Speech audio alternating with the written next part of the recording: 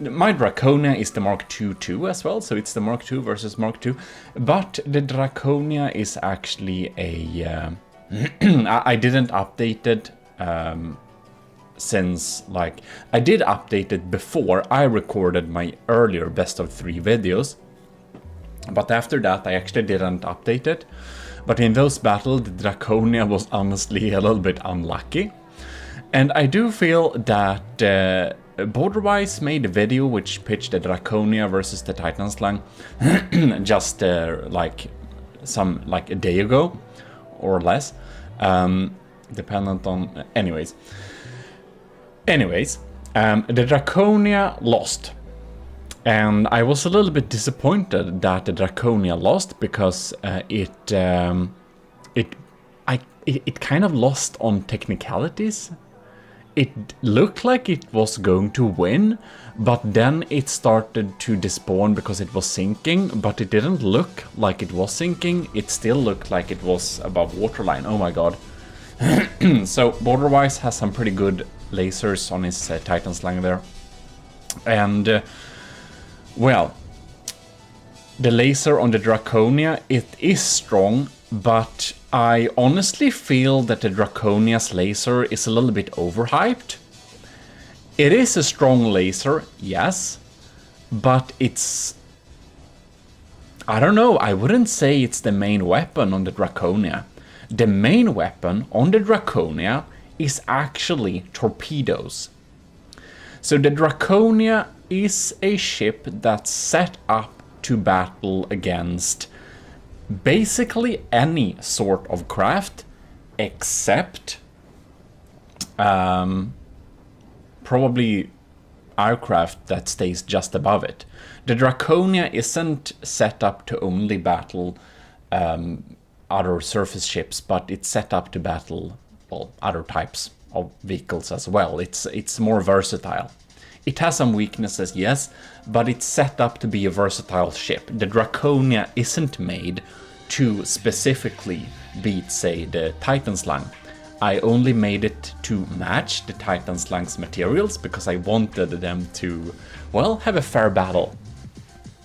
In any case, Borderwise has a lot of anti-torpedo torpedoes. And these anti-torpedo torpedoes, they are basically taking out every single torpedo that the Draconia launches. And the Draconia launches a lot of torpedoes, I say. It also launches a lot of missiles, but torpedoes are its main game, I'd actually say. And the laser is very strong. But what makes Borderwise so scared of the Draconia's laser? That is because he doesn't have a good defense against these lasers. The problem with the Titan Slang, you can see we are digging through the bulk of the ship, and we are zapping through heavy armor here. And why can we do that? Well, now I haven't double checked this, but probably the Titan Slang doesn't have enough smoke protection. The smokes that the Titan Slang probably have is not strong enough to shoot down the... or they are not strong enough to like diffuse the laser. Now something's happened a little bit with it. Oh no. Oh my god. Are you kidding me? Okay, we just paused the game here because we gotta check this. This is really bad. So, the thing is, the Draconia launches a lot of missiles and a lot of torpedoes. And Borderwise has... oh yes, it came online. Oh no. Come on. So, I'm getting off rail here a little bit. This is a scary battle. The Draconia is down to 90% and the Titan Slang is still at 95%. So it unfortunately really looks like the Titan Slang will win this thing. We'll see. We seem to have some problem with the laser, and the thing is, the laser is a little bit overhyped. But it's basically the perfect counter against the Titan Slang. The Titan Slang is weak against lasers. And this is because the Titan Slang has... it's a very small design, very narrow. It doesn't have bulk. if you want to protect yourself against lasers, you need bulk. And the Titan Slug doesn't have bulk. Then I would suspect that the Titan Slug does not have proper laser defenses. I think that the smoke is too weak or doesn't activate properly. Probably it's too weak, because I would suspect it does activate properly unless we shot off some laser warners with EMP or stuff like that. I guess the EMP is susceptible, not sure. Ooh, look at those beautiful cram motors. And the thing is that the smoke, you can set them up to be different like strength, and if the smoke uses a lot of material per second, they will be stronger.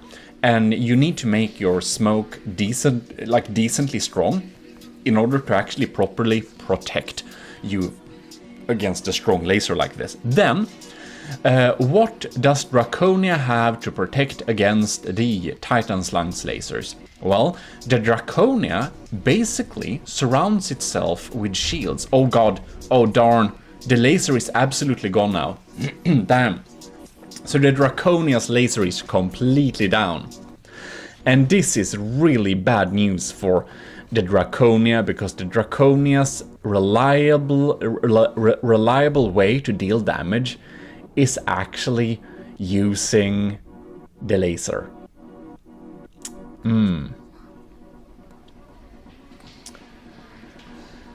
And if you're wondering why this commenting section is a little bit weird, that is because there is so much lag at recording this battle, so I did record it, and I sped it up 2 times, exported it, and then recorded voiceover, because otherwise we would be sitting here more than an hour.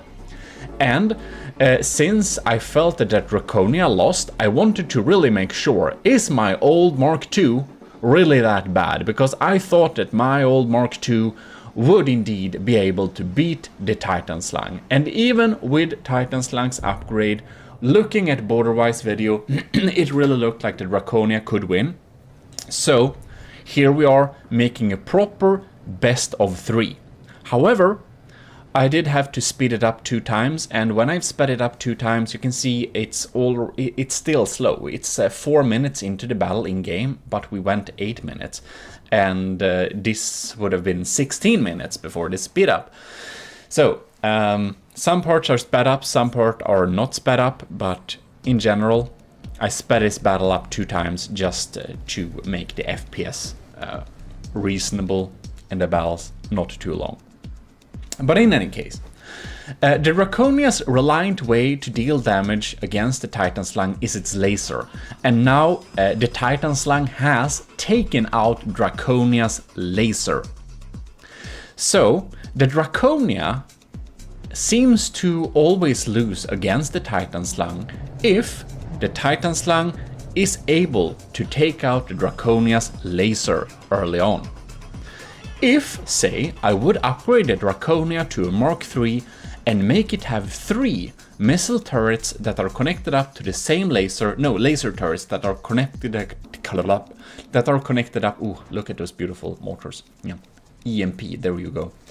But anyways, if I had 3 laser turrets connected up to the same laser pool, I think that the Draconia would never lose against the Titan Slug. It's a little bit bold to say this, but that's kind of how I feel. If it had multiple laser outputs, which a lot of you have suggested me to do, but it was a little bit too much work and I didn't feel like doing it, so I didn't.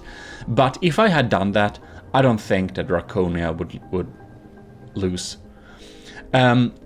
So Borderwise having a narrow design, also one way you could take out now I'm mixing things up again. Like, one thing you could take out the Titan Slug would actually be railguns, and the Draconia has a rail-assisted gun too.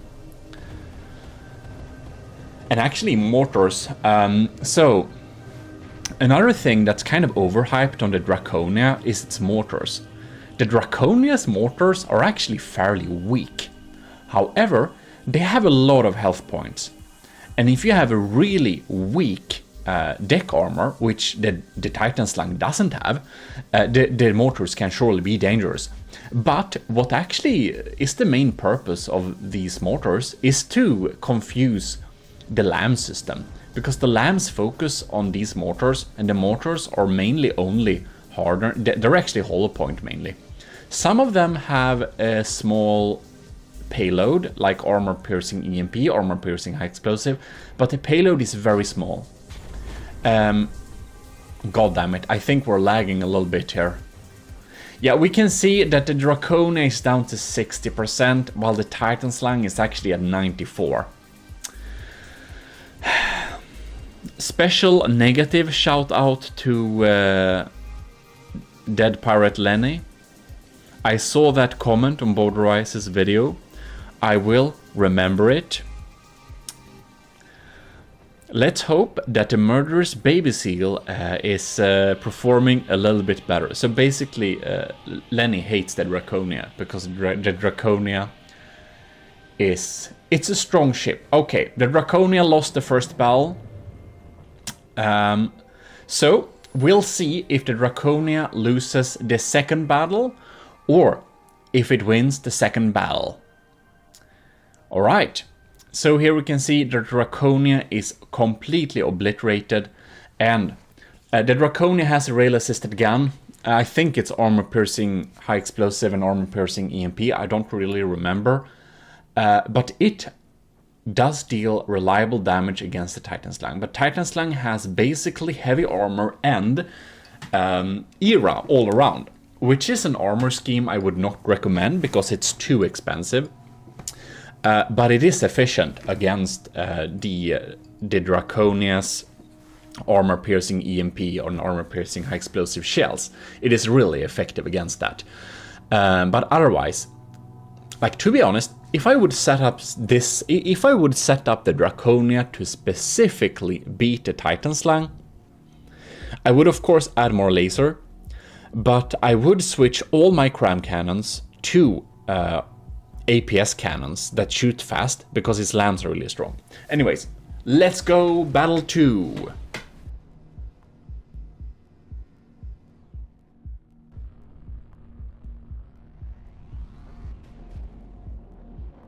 So here you can see the initial swarm. The Draconia's initial swarm is very strong. Oh, the laser is burning up the side there. I do not think there is much smoke there actually.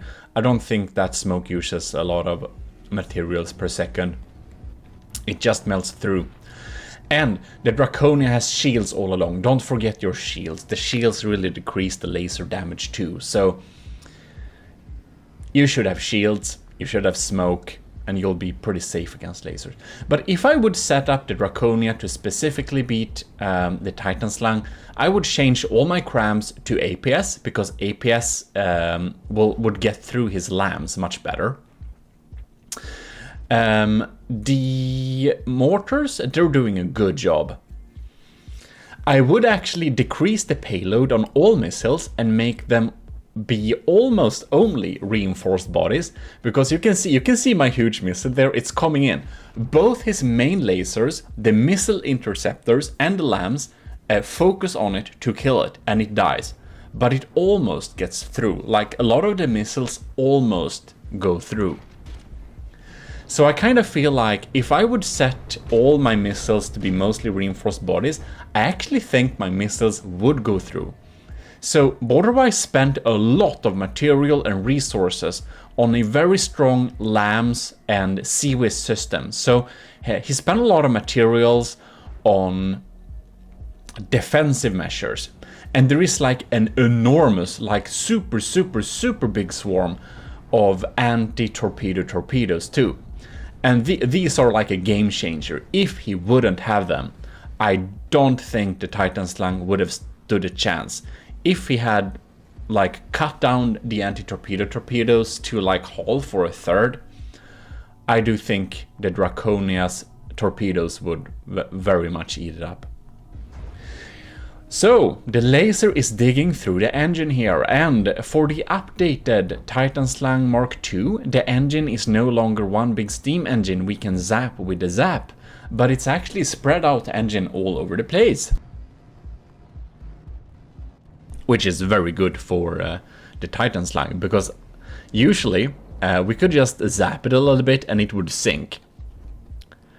And now it doesn't do that. So that's a really good job of Borderwise to fix that engine problem, because that was a big deal. Like his engine there, it was really big weak point, which I think we exploited to win several times, just zapping the engine so the LAMs didn't work and then the missiles just ate it up. Not the torpedoes though, because the anti-torpedo torpedoes, there's so many of them, they just destroy every single torpedo we can with. I don't know, if I would set up my torpedoes to almost only be reinforced bodies, I don't even think they would get through. I don't think that. But you can see my mortars actually confuse his lasers from time to time too. So the main lasers are focusing, doubling as a seaway system, which my laser is doing as well. Oh, there goes my EMP pack. God damn it, laser! If you don't get online, you'll lose this battle. Draconia! Murder! Fat murder baby seal! Get up straight! Get your shit together! What's up with this railgun? Half is fine. So that's really funny. In Borderwise's video, he thought he took out my APS cannon, but he only took out half, as far as I can see. And the laser seems to be mighty fine. That's good. So the main gun on the Draconia, it's a divided system, so it's half and half. So you can destroy half of it, and the other half still works. So that's really nice. It's kind of symmetric like that. It's like an independent dual system, which is great for redundancy, since we spend a lot of materials on the barrel. And as for APS and CRAM, if you can, always have several barrels, because only having one barrel for a big turret is too risky. Ooh, that's a little EMP zap. And oh, if I would set up the Draconia to specifically beat the Titan Slang, I would definitely make my pack a piercing pack, and I would probably make more piercing packs. All the cram cannons, or regular cram cannons, I think I would set them up to be APS, because you can see his LAMs are taking out some of them, and that wouldn't be the case. I said more outputs for the laser, more reinforced bodies for all of the missiles, because he has so much defenses. So... oh, and I think I would make my rail like main gun. I think I would make it super cav and make it shoot underwater as well. And I think I would set it up to be only armor piercing. I think I would make them, yeah, like pure kinetic slugs, because they are not getting like absolutely destroyed by his era layer. Yeah, but anyways, it will be interesting to see how this battle goes. It's very even. You can see that the Draconia is at 90.2 and the Habs Titan Slang is at 89.2. So it's like a single percentage. And the mortars are dropping down there. You can see they're not doing a lot of damage, the mortars. They are there to keep the LAM systems not too active. My small missiles ain't getting through. We can check down here. Here comes my continuous torpedo swarm. Oh, and there they come. Yep, there they come. It's like a complete... It's like a fish zoo below the Titan Slang. It's just so many of them. Ooh. Oh yes, look at that thing. Wow, that turret is so dead. Man. Wow, that's great. Is that cram cannon down there dead too? No, it's online. So my small missiles are popping in there. The LAMs has no problem shooting. God damn it. It's completely still. The Titan Slang ain't moving. Why is it not moving? The Draconia has a 3% advantage now. I don't know why the Titan Slung isn't moving. Ooh, big explosion. But either it's the Azipods are still there, so it must be the engines.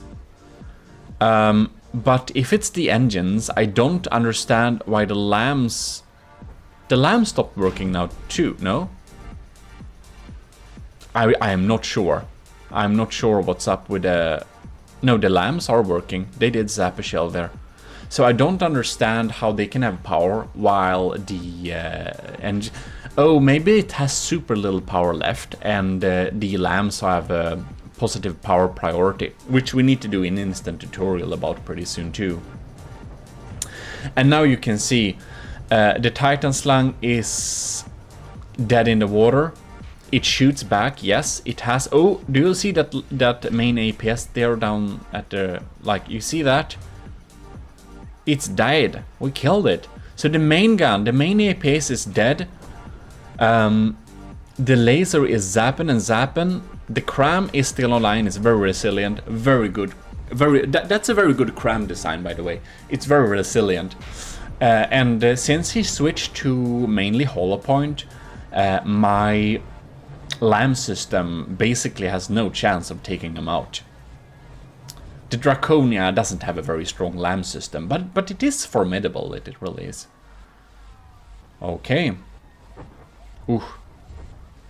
So we're getting so much holes in the Titan Slung now that now the mortars might actually start to hurt.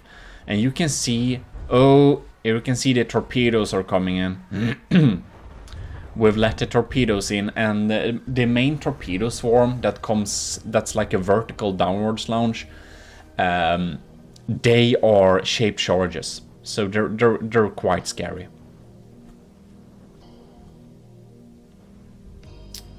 And we see. Thanks a lot for the speed up, because you can see the clock that it's still like ticking kind of slow. It's a little bit janky.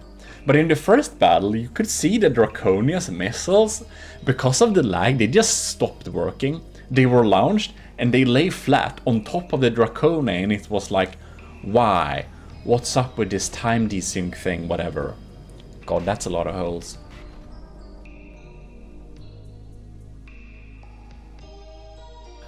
Yeah. Seems like the main gun is it, does it work? It looks like it might almost work. Crazy that. Yeah. The Titan Slung lost this battle. So, beautiful, let's go to the third battle. So, right now, Borderwise has won one battle with his Titan Slung, and the Draconia won the second battle. Beautiful. So we have 1-1. Let's see on the third and decisive battle who's going to win this best of 3. The Draconia's initial swarm is pretty formidable. We see we tore some holes there. Oh my god. The LAM system let through some missiles from the front there. We got some turrets on that blast. And you can see the laser is digging in its side there. Yeah, the Titan Slung is a really compact design, and if you make your designs too compact, yeah. Keeping the block count low, I would feel a better bulk and less era would probably be an upgrade for a Titan Slung, but that's so much work I wouldn't do it either. The Draconia has a lot of era too. When I made the Draconia, I thought that staggered era was really important to have all over the place. And now I learned some more things, and I learned that there is something that's called just solid slugs. Ooh, that turret is very sad. And they don't care very much about era, so I only use ERA for certain parts, like the AI and stuff like that nowadays. It's not worth it to have all over the place, in my opinion. It can be for some time, some... Ooh, that's a laser! You saw that was a laser. We zapped the laser barrel. So, we just need to hope that we're lucky, or not extremely unlucky. So the Draconia's laser is pretty hard to take out, because the laser is right behind the super massive main APS cannon. So in order to take out the Draconia's laser, you have to land a super lucky shot, or you have to dig through the main gun, destroy that, several layers of heavy armor, and then dig into the laser turret. But the first battle and some earlier battles against the Titan Slang several months ago, he did actually take out the laser early on, and that was really lucky. But the laser is still online, as we can see. So the Draconia is actually behind with 92%, and the Titan Slang is at 93%, so it's still very even. Also do note that the Draconia losing health points fast, it's part of its setup. It doesn't have heavy armor on the outside. It utilizes like metal and wood and stone. Oh, that's a turret. We shot off a turret. You can see the next mortar swarm there. And as you can see, these mortars, come on mate, they're not doing a lot of damage. They're kind of weak. But you can see they are opening a window for missiles and all sorts of fun stuff to get in there. So there you can see the staggered era. Ooh, hello friends, repair bots. Here we have the laser. Ooh, darn. This laser and engine is getting opened up. Wow. Yeah, definitely. So, general tips. If you're watching this and you're thinking, oh my god, the Draconia is so strong and the Titan Slang is so strong, because both of these ships are very strong. Borderwise did a great job at upgrading his Titan Slang. Oh no, the houses are empty. Yeah, we'll just check around this a little bit, see how it's doing. But if you're looking at this, you might think, God darn it, what are these pro ships? You can never beat them. Or you think they're absolutely crap. Neither me or Borderwise is the best builders alive. But we have both played the game for a long time, so we have learned a lot. But if you think that these ships are very formidable and you're like, how can I ever beat this thing? Well, if you want to beat the Titan Slang, I would go with lasers and other stuff that penetrate a lot. So that means piercing packs, lasers that focus on the same spot for a long time, railguns or APS that shoots penetrating slugs containing no payload, or cram cannons that contain a payload.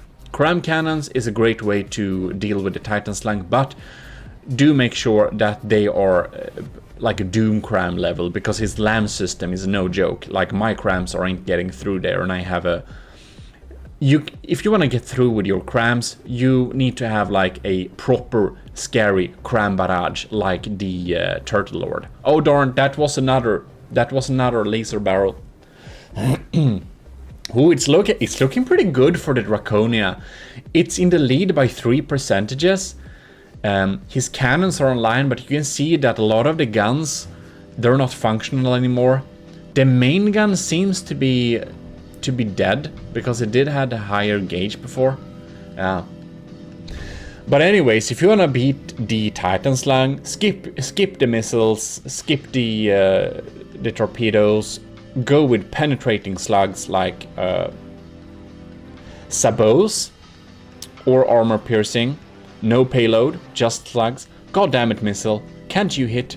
Now when the lance is finally weak enough, you're missing. Come on, mate. Like, hitting one of those huge missiles can be like an instant game changer. Yeah, but penetrators, piercing packs, piercing crams, piercing APS, that's great for dealing with a Titan Slang. And also mortars, of course, to distract the lambs too. You can use that method. If you want to beat a Draconia, however, you probably are better off with using Sandblasters. Things that just blow up a lot of stuff. And if you're using Sandblaster, come on, mate, are you gonna miss too? If you're using Sandblasters against the Draconia, that's reasonable to take out defensive points, taking out the laser, even stuff like that. And it's so much bulk, you should probably not mess with regular penetrators. But if you want to beat a Draconia, one thing I really use against a Draconia, if I was making a ship to beat a Draconia, I would have vertical launch large missiles with a lot of explosive payload. That could really take it out. Another thing you could use to beat a Draconia is actually crams. Crams is a great counter for the Draconia, and that's the reason why border-wise Titan Slang does have the potential to win over the Draconia. But now we can see the Draconia is still at 87% while the Titan Slang is down to 74%. Wow, it's really looking like the Titan Slang is going to lose this best of 3, which makes me very, very happy. Because I did think that you know, a loss is a loss, but the Draconia losing on technicalities was very boring when it was about to win. So fun to see this best of 3 here. But honestly, the Titan Slang did win one battle. So, you know, it could have gone the other way around as well. Yeah, as I said, if border-wise Titan Slang can disable the Draconia's laser early on, it has disabled the only way the Draconia is dealing reliable damage against the Titan Slang. And then we can... Ooh, that's a big explosion. Yeah, you can see Titan Slang down 66%, lamps are down. The engines aren't dead this time, now it's actually moving pretty fast. But now you can see the missile swarm and... yeah, not the torpedo swarm though. The anti-torpedo torpedoes are doing the job, but the missile swarm is coming in. The cram shells are coming in. The Draconia basically cannot lose this thing. And now we can see that the Draconia has a lot of holes, but the bulk take up most of the damage. The small fast fire turrets are not doing much, but the mortars, the missiles, engines, everything seems to be absolutely fine. Well, I must actually say that I think the Draconia is doing a good job. I'm happy with her performance. The Draconia is still a strong ship and is able to win this best of 3 with the updated Mark II Titan Slang. That makes me very happy, and I feel that I don't need to upgrade the Draconia. The Draconia is pretty good as it is.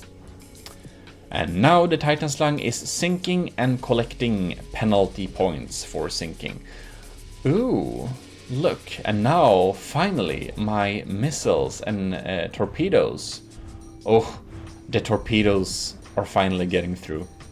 I would suspect that a lot of people... Oh, that's a win. It's official. The Draconia is the winner of this best of 3.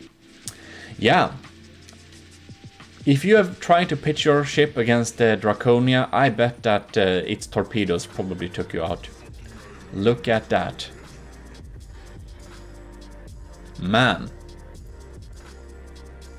The laser... Oh, and the lamps is actually on top of the laser, so it's kind of protecting it also a little bit. Man. Well, that's pretty cool. I'm happy. I'm happy. It doesn't look too damaged either. You can see even the captain's little compartment there, the architecture, it's still intact. A new challenger has appeared. I don't think I'll need to remind you about the Draconia, but here we have the sharpshooter. If you really are new to the channel, this is the Draconia, and we spent a big series building this thing. It's a pretty strong, pretty big, pretty unique, pretty fat, pretty interesting battleship. That's also known as the dangerous baby whale, murder baby whale, big size.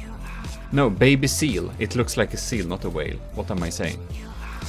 Anyways, here we have DP Lenny, or Captain Lenny's a little build here. Oh, so these are a little nose with propellers in it. We have some radars going on here. Sharpshooter. Dread Pirate Lenny. The name is changing every time. What can we say? We got some smoke coming up there. We got the pretty thick LAM system here. We got some cool mimics, and this is a great use of camouflage.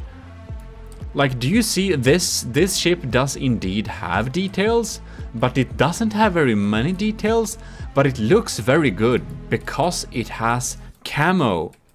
So if you want to use camo, this is a... Ooh, what?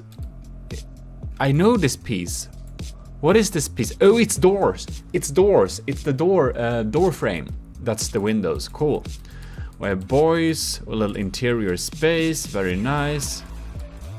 And we have a top floor, which you reach from outside. Oh my god. That's so cool. Okay, guards with machine guns. Is this... Are they guarding the door to a toilet? Seems like it. Alright. Here we have the captain, and we got some personnel. Is his clenching his fist in anger or in winning? I don't think they have high hopes for this battle. Okay, ladies and gentlemen, do we feel ready? Very welcome to the channel. Huge thanks to our patrons: Stellar, Admiral, LCG Canyon, Captain Scooberox 125, Commander Eugene, Lieutenant Asteria, Cadet, Shark 93, and Marty McBacon. Thanks a lot for supporting the channel. And now we should be getting into this little video, so let us click a play button. There it is. Okay. Ooh, my boys are going low. Draconia 99. Draconia is in the lead. The laser is just frying. It should not aim under the ship. Why does it aim underneath? Who knows? Oh my god. That LAM system is really frying those incoming missiles for sure. Oh, but they do not target the torpedoes, do they? Interesting. I wonder how they deal with the cram mortars. Well, that was a miss volley, so it didn't matter very much and all. Anyways. Kinda curious. It seems that the LAMs are like trying to zap. They're doing a good job taking out the constant damage dealing stream. And DP Lenny, it follows the rules. Max 4 repair bot, similar cost, no spamming. Yeah. So it will be highly interesting to see. I like this side armor scheme here. We got some slopes going on there. Yeah, that's some serious protection. But it's like pretty flat. And the thing that's dealing the damage is the lasers, so if it was flat or not wouldn't matter. Oh, we see APS parts in there.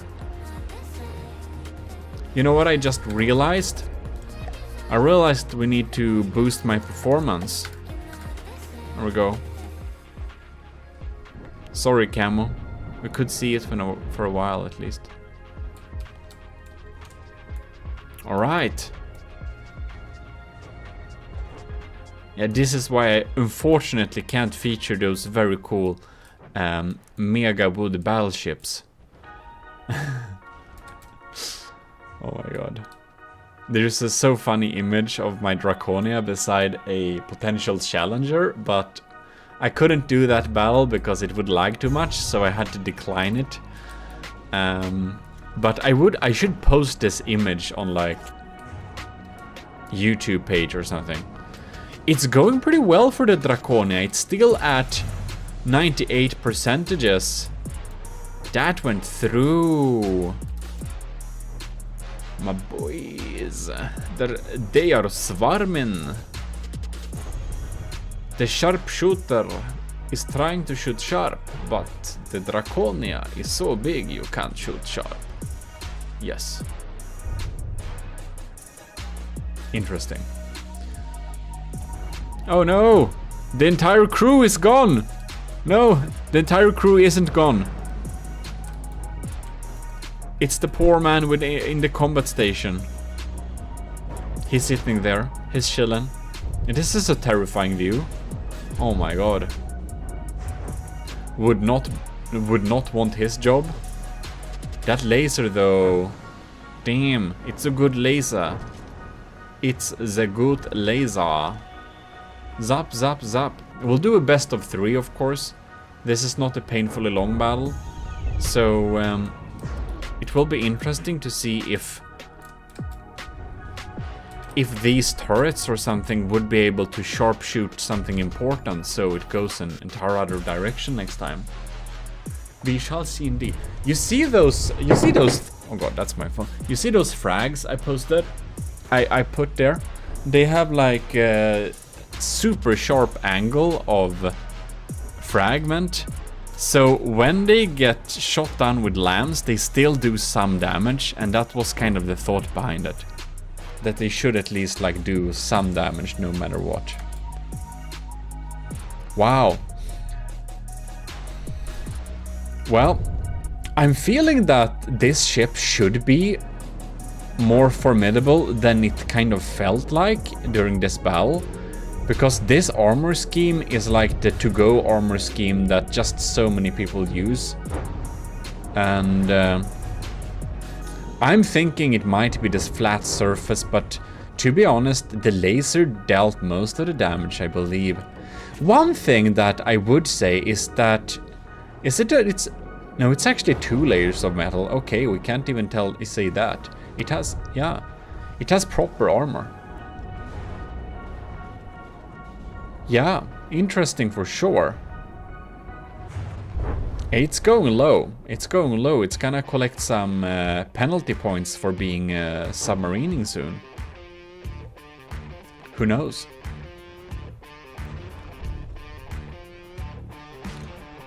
So the Lamb did a good job at the first iteration of the battle, but the Lamb has kind of given up a little bit.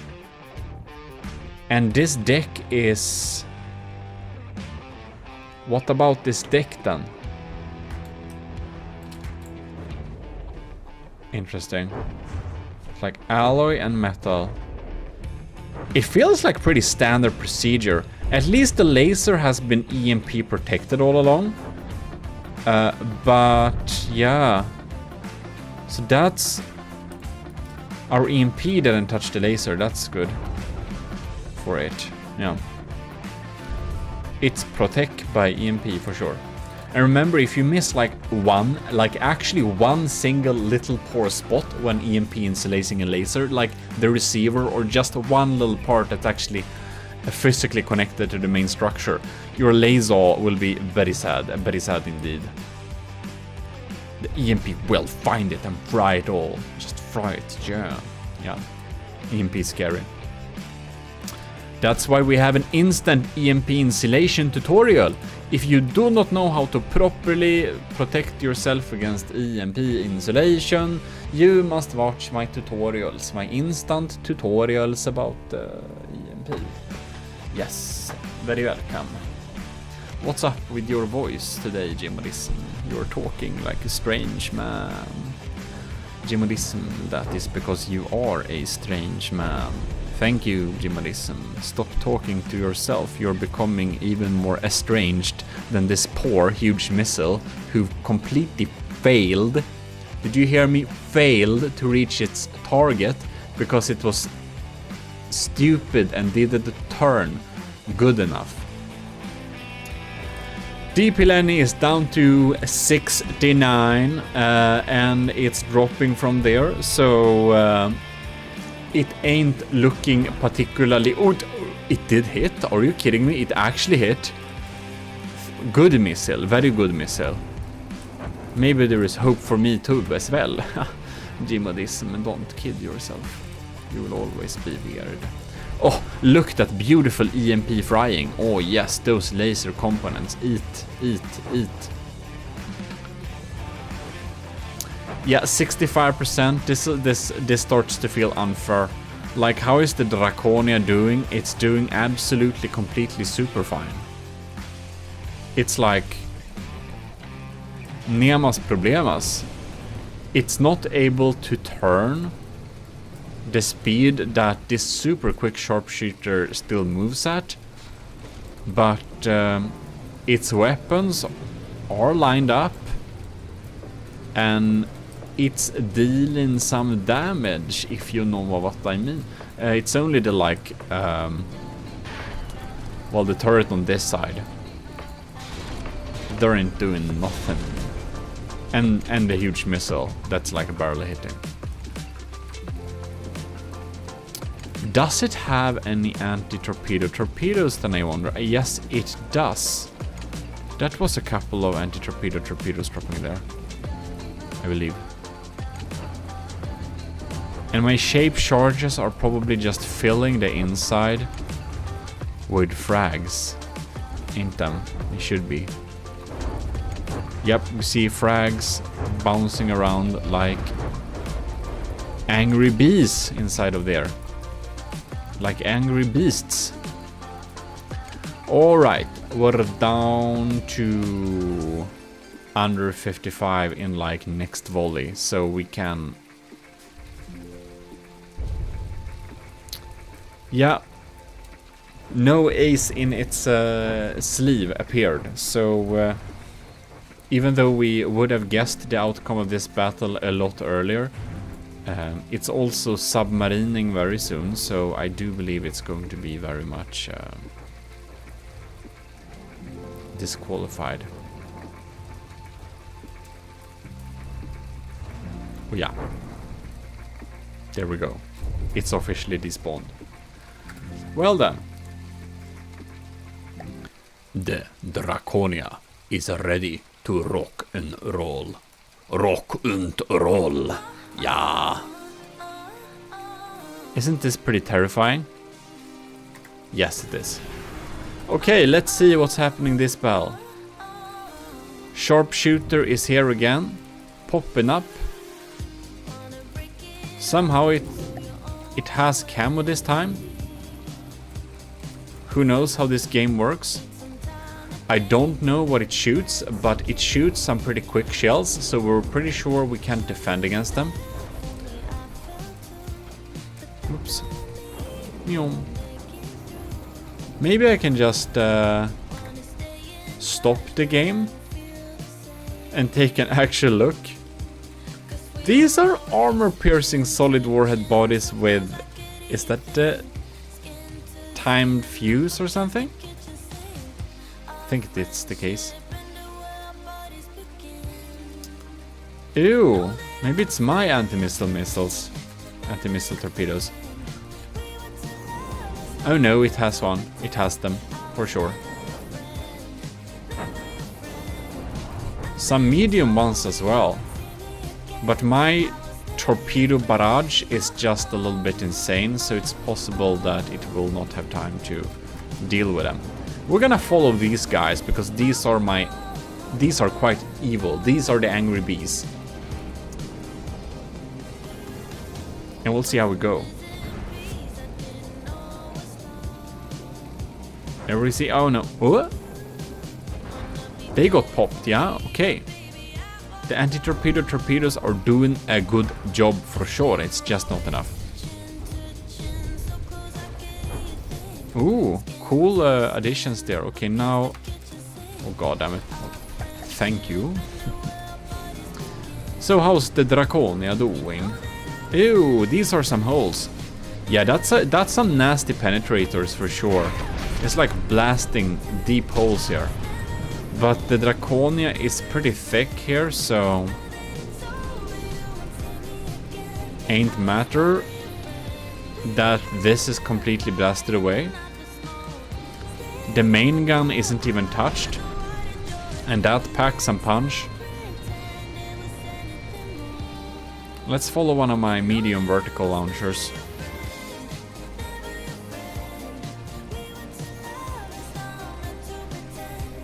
Meow. That's some damage. Are you kidding me? No! Stop being wrong. Turn around. Sir, turn around. Turn around. No! Anyways. It should draw some damage for sure. I have a slight feeling that Draconia's laser working as a CWIS system from time to time is probably a disfavor. Against a ship like this, who has shells that are so fast it couldn't even have time to try and hit them or detect them. It's only dealing damage with its laser, and that's probably for the better. That's what it's set up to do. And so far, the battle is going the same way. We got a nice cram barrage going down there. And while this cram barrage isn't particularly scary, it will go through 2 meters of like metal and 1 meter of rubber and deal not big damage, but substantial damage inside of there. So they did really disable the LAM system using that volley. Yeah, I think that Lenny's sharpshooter is good against ships that are utilizing fast-firing APS weapons more because it's so much underwater. But it's kind of weak against everything that has damage that comes from above in any capacity or form. And I don't know if it has smoke defenses, because this laser seems to be doing full damage. But I have no idea. I'm not a laser super expert, so I can tell if this damage is with or without smoke. But I didn't see any emitters, and it melts through quickly. So that's the only reason I based that on that. Wow. I'm kinda impressed that the Draconia is doing so good again. Because this armor scheme, it ain't bad. I will tell you that. This is not bad. I don't think anyone will tell you that this is a bad way to do it. It's a pretty standard way to armor. And it's going pretty well.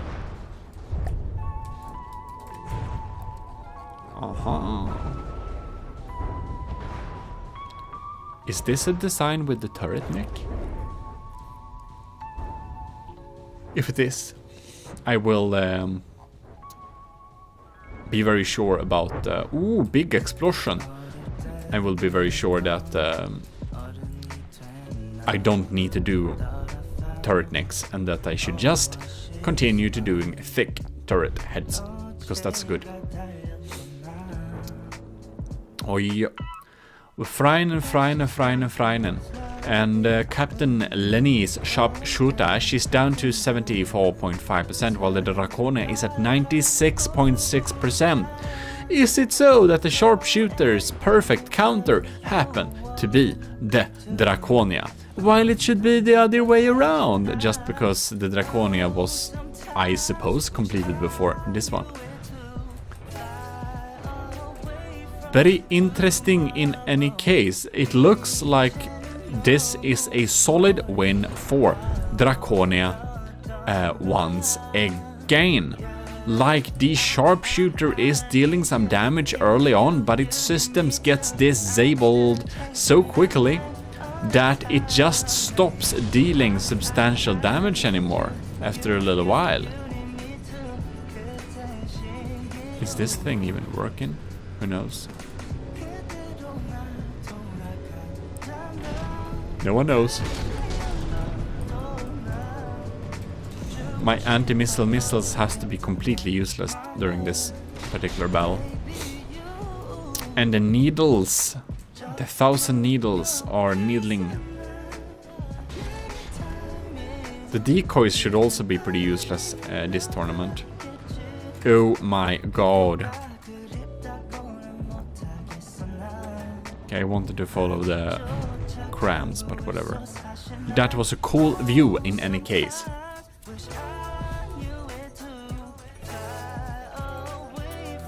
Well, as I understand best of 3, if Draconia won 2 battles in a row, I do believe that this battle is pretty much concluded. Nothing will happen like right here.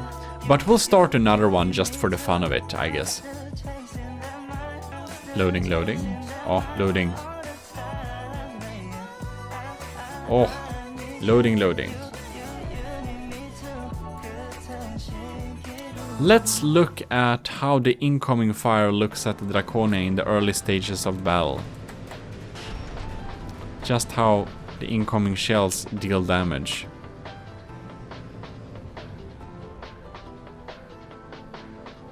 I don't see any incoming shells.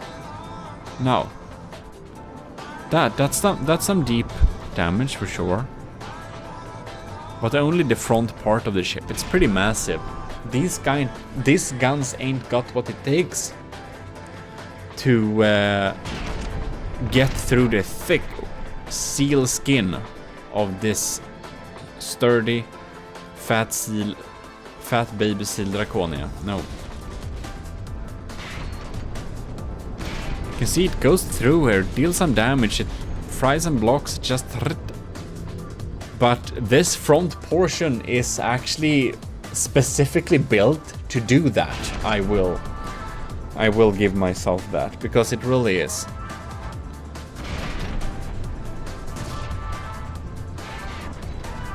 So yeah, it seems that this battle is probably also going the same way, so we kind of know that just for the thing of it.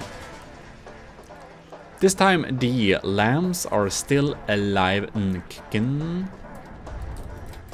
Let's see how the sharpshooter is doing today. The turrets are very sad. We have blasted. You know what? My needles, my 1,000 needles, they, oh god damn it, stop missing. The 1,000 needles, they are working exactly as a sandblaster. They're working as a sandblaster APS. That's their function. They're sandblasting away.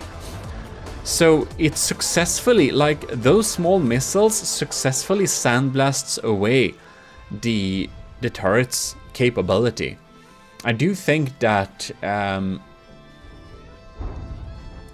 the sharpshooter probably needs a more efficient or selected targeting LAM system, or more protected line system, something.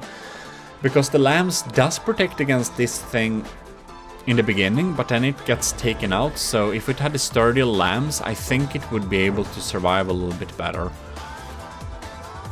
Because it really feels like these 1,000 needles are actually sandblasting it away. Oh, poor things. It's like they aim against the deck here. Ooh, and I know why. That's because some of the AIs are set up to target blocks above water, and well, there ain't very many blocks above water, are there? There we have APS ports. Well, well, well, I will have to say that is indeed a clear win for the Draconia. Good game, Captain Lenny. Thanks for your submission. It was interesting to see. I'm kind of surprised that this battle feels so uneven, because the sharpshooter looks like a competently built and armed ship, and armored as well. In any case, that is how it is. It can be luck, of course, like the beginning. I kind of got the image in my head that the Draconia is a little bit weaker than it actually is, just because, well, the first couple of battles we did, it didn't go very well for the Draconia, did it?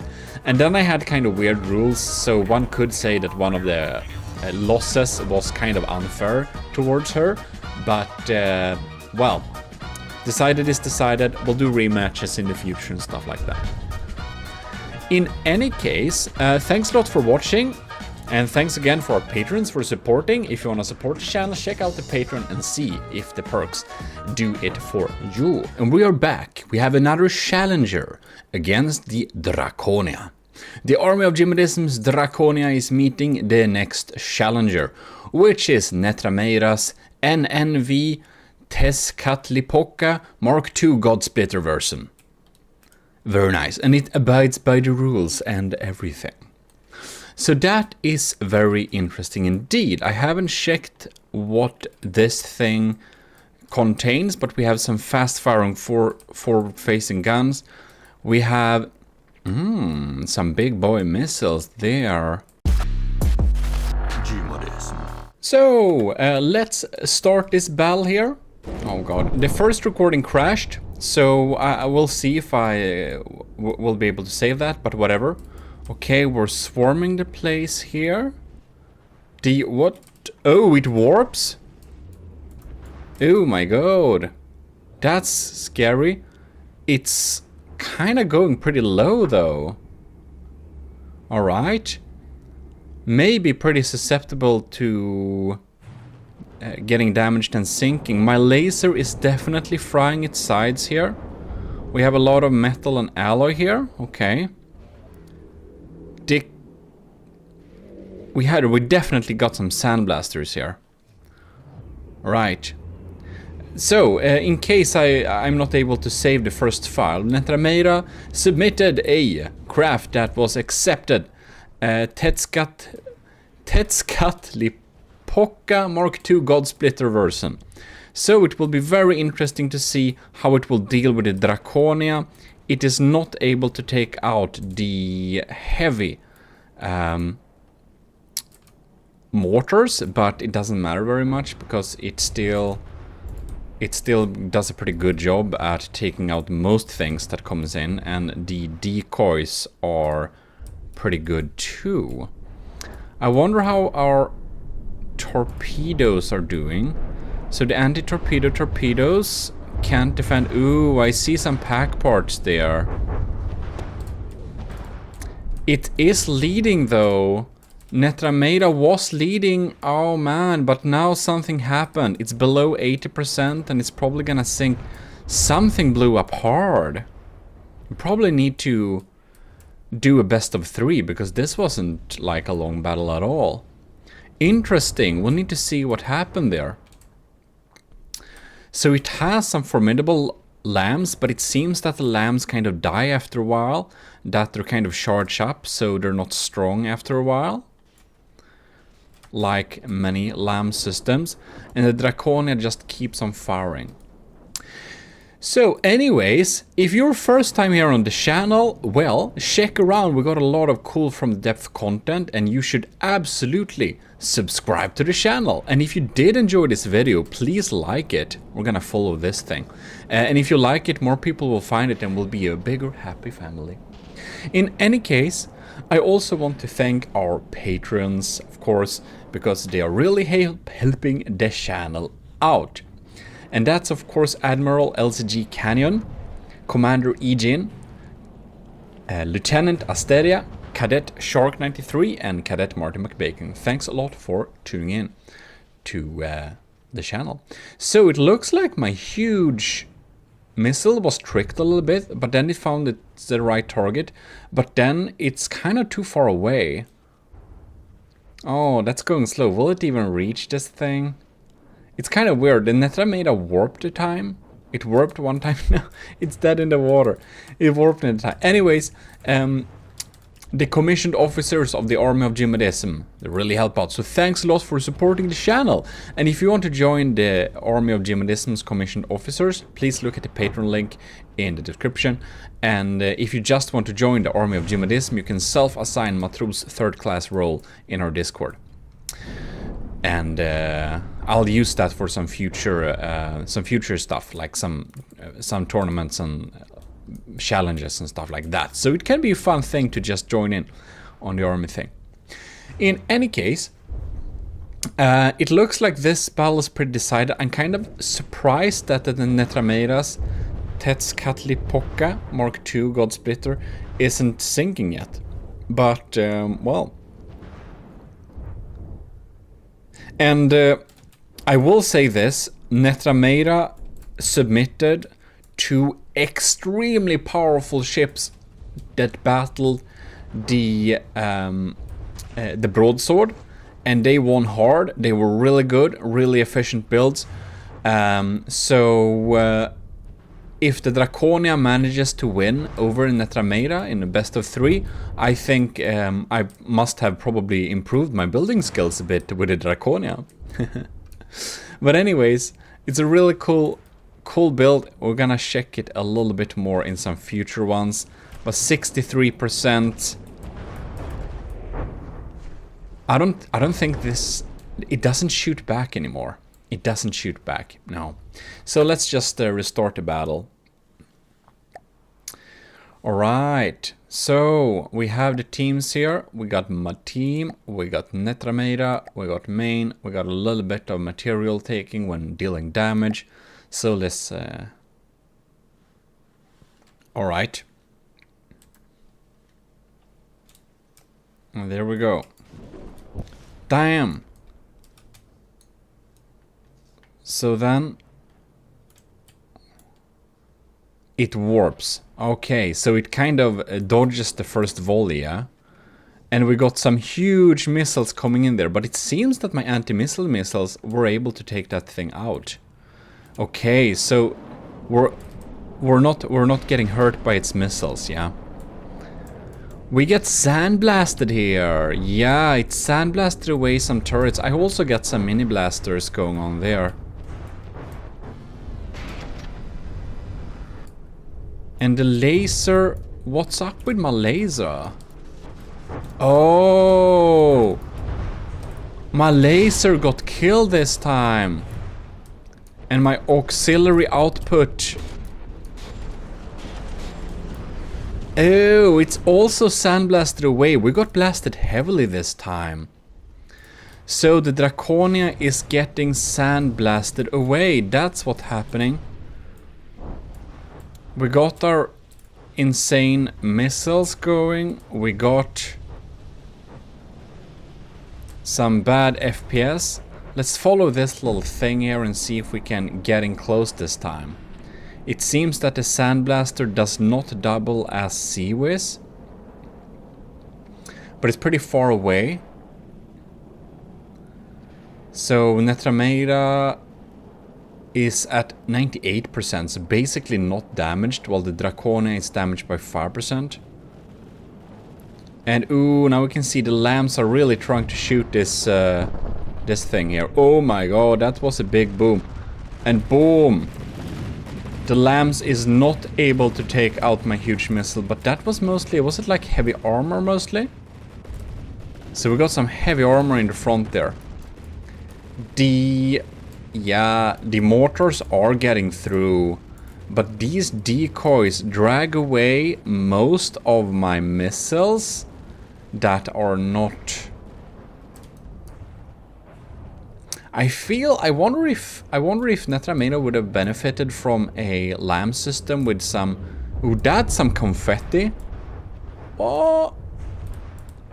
Oh!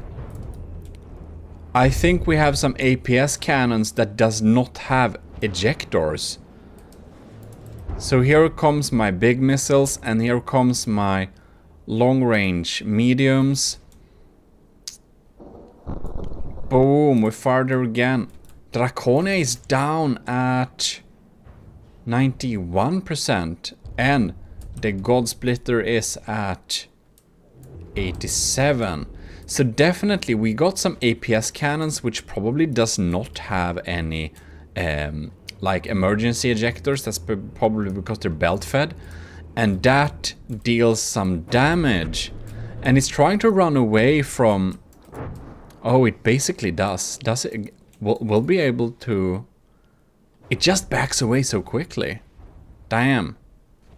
That missile won't reach, will it? And it's basically stopped firing back.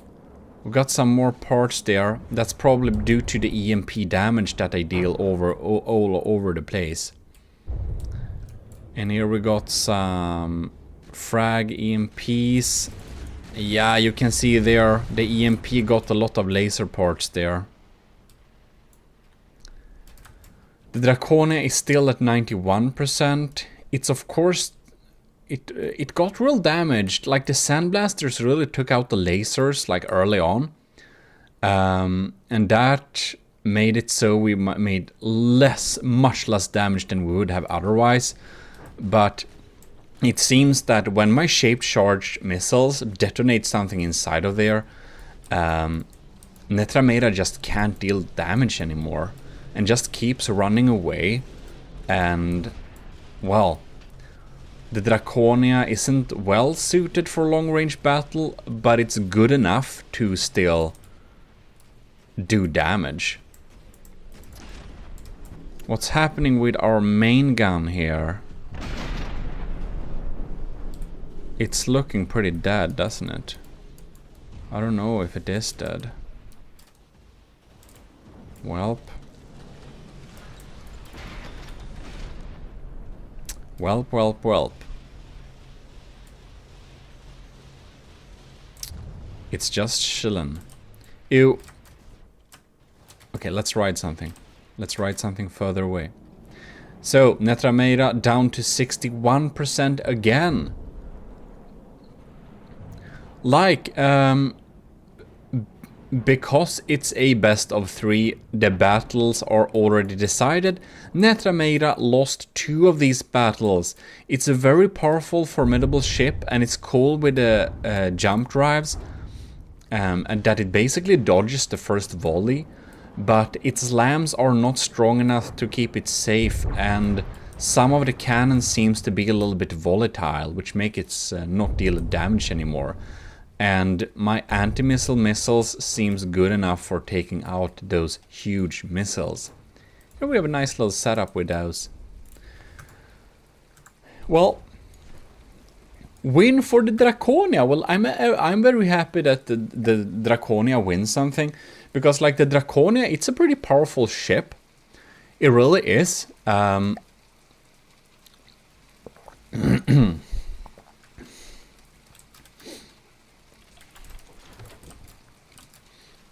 I just kind of felt that the Draconia has been a little bit unlucky the latest battles, because like Borderwise's ship, the Titan Slung, it was basically sinking, so it was like underwater, and I should have made those rules clear a little bit, but a lot of you who were watching the video like thought that like, hey, the Draconia should actually have won that. So that's like one thing, but yeah. So because I still counted this at losing, even though the Titan Slung was underwater, it kind of, you know, I don't know. We'll do a rematch when Borderwise has repaired his computer and made an upgrade to the Titan Slung. I'm going to throw the Draconia against him again, and we'll see if we get the same or if the Draconia gets a little bit more lucky this time. In any case, let's start this little battle here, because I just want to see. Bam! There we got like a big pack blast. Piercing packs. Ew! Damn, that's some penetrating packs, isn't it? It's pretty scary. There's like a shotgun pack confetti. It just pierces and deals like a lot of damage. And here we go, the sandblasting, it's really blasting away here. You can see like this cram cannon is a pretty poor thing. And my main APS is feeling real sad because of this, I think. And you can see that the laser got basically shortened off a little bit here. It's still working though. Yeah, it's just blasting and blasting. The laser is still online though, so that's one good thing. I do wanna... What's up with these shaped charges? Are these... Oh, are these torpedo secondaries? No, they're just being stupid, okay. We're fast firing here, alright.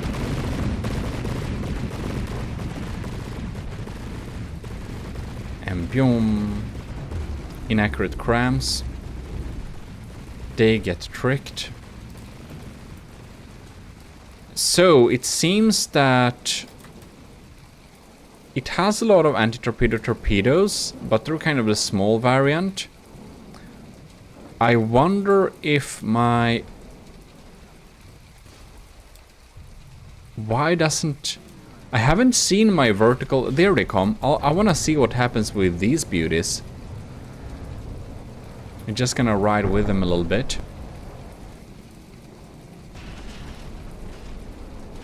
Shape charges and everything. Maybe they just don't have the reach, I don't know. It's very even, this battle though. The Draconia is at 94 and the Netramera is at 94 as well. But the Draconia can take quite a beating before it's actually not efficient anymore. So that's one thing to keep in mind. Okay, it's now above water. It's going up and down a little bit. It can be a good thing to trick the lambs. Just, oh, no, that one got killed. Ah, is that some Seawiz system that's shooting at him a little bit? Whoops. Anyways. Aha! It's just so far away too. They just don't have the reach. Like Netrameda is really keeping its distance. It's kind of like really far. Alright. For fast firing, it's basically went underwater. Yeah, the lambs should not shoot at missiles that are going against a decoy. Because if they do, they're just wasting so much potential at coming in and shooting at actual damage-dealing targets. I feel like the Tetskat... Damn, this is a hard name for a ship. I feel it's trying to keep its distance a little bit too much. It's just having a little bit... It's like really keeping some long-range distance. Now, that's probably the smart thing to do, especially in like a realistic scenario and stuff like that. I just kind of like when it's kind of more close combat. That's more a personal preference because that's like more cool. But yeah. Well, then we shall see. Missiles are going off there, but there we got some confetti again. Something important probably went up there. It seems that these... I kind of like the launching of this thing. They just pop up like that. It's pretty cool. But let's see how our anti-missile missiles come in here. That's my small damage-dealing missiles. These are huge, man. I mean, these should be able to reach the target since they are adapted to... They should be, like the ship is adapted for some real long-range combat. But I really wonder though... Oh yeah, there we go. Took a little blast. They're not so sturdy though. Yeah, so the Draconia is down to 89%, but... Yeah, the main APS is still rolling too. My missiles won't reach him. So it's basically small missiles, a few of my long-range torpedoes. So the Draconia is really like a little bit handicapped because of the range. But it's much more resilient. It will fight even though it's damaged. And it seems that the ECCLESIARCHY, God, that's a hard name, does not have that ability really. When it's starting to get damaged, it's starting to lose its edge, and it only warps once. I wonder why it only warps once.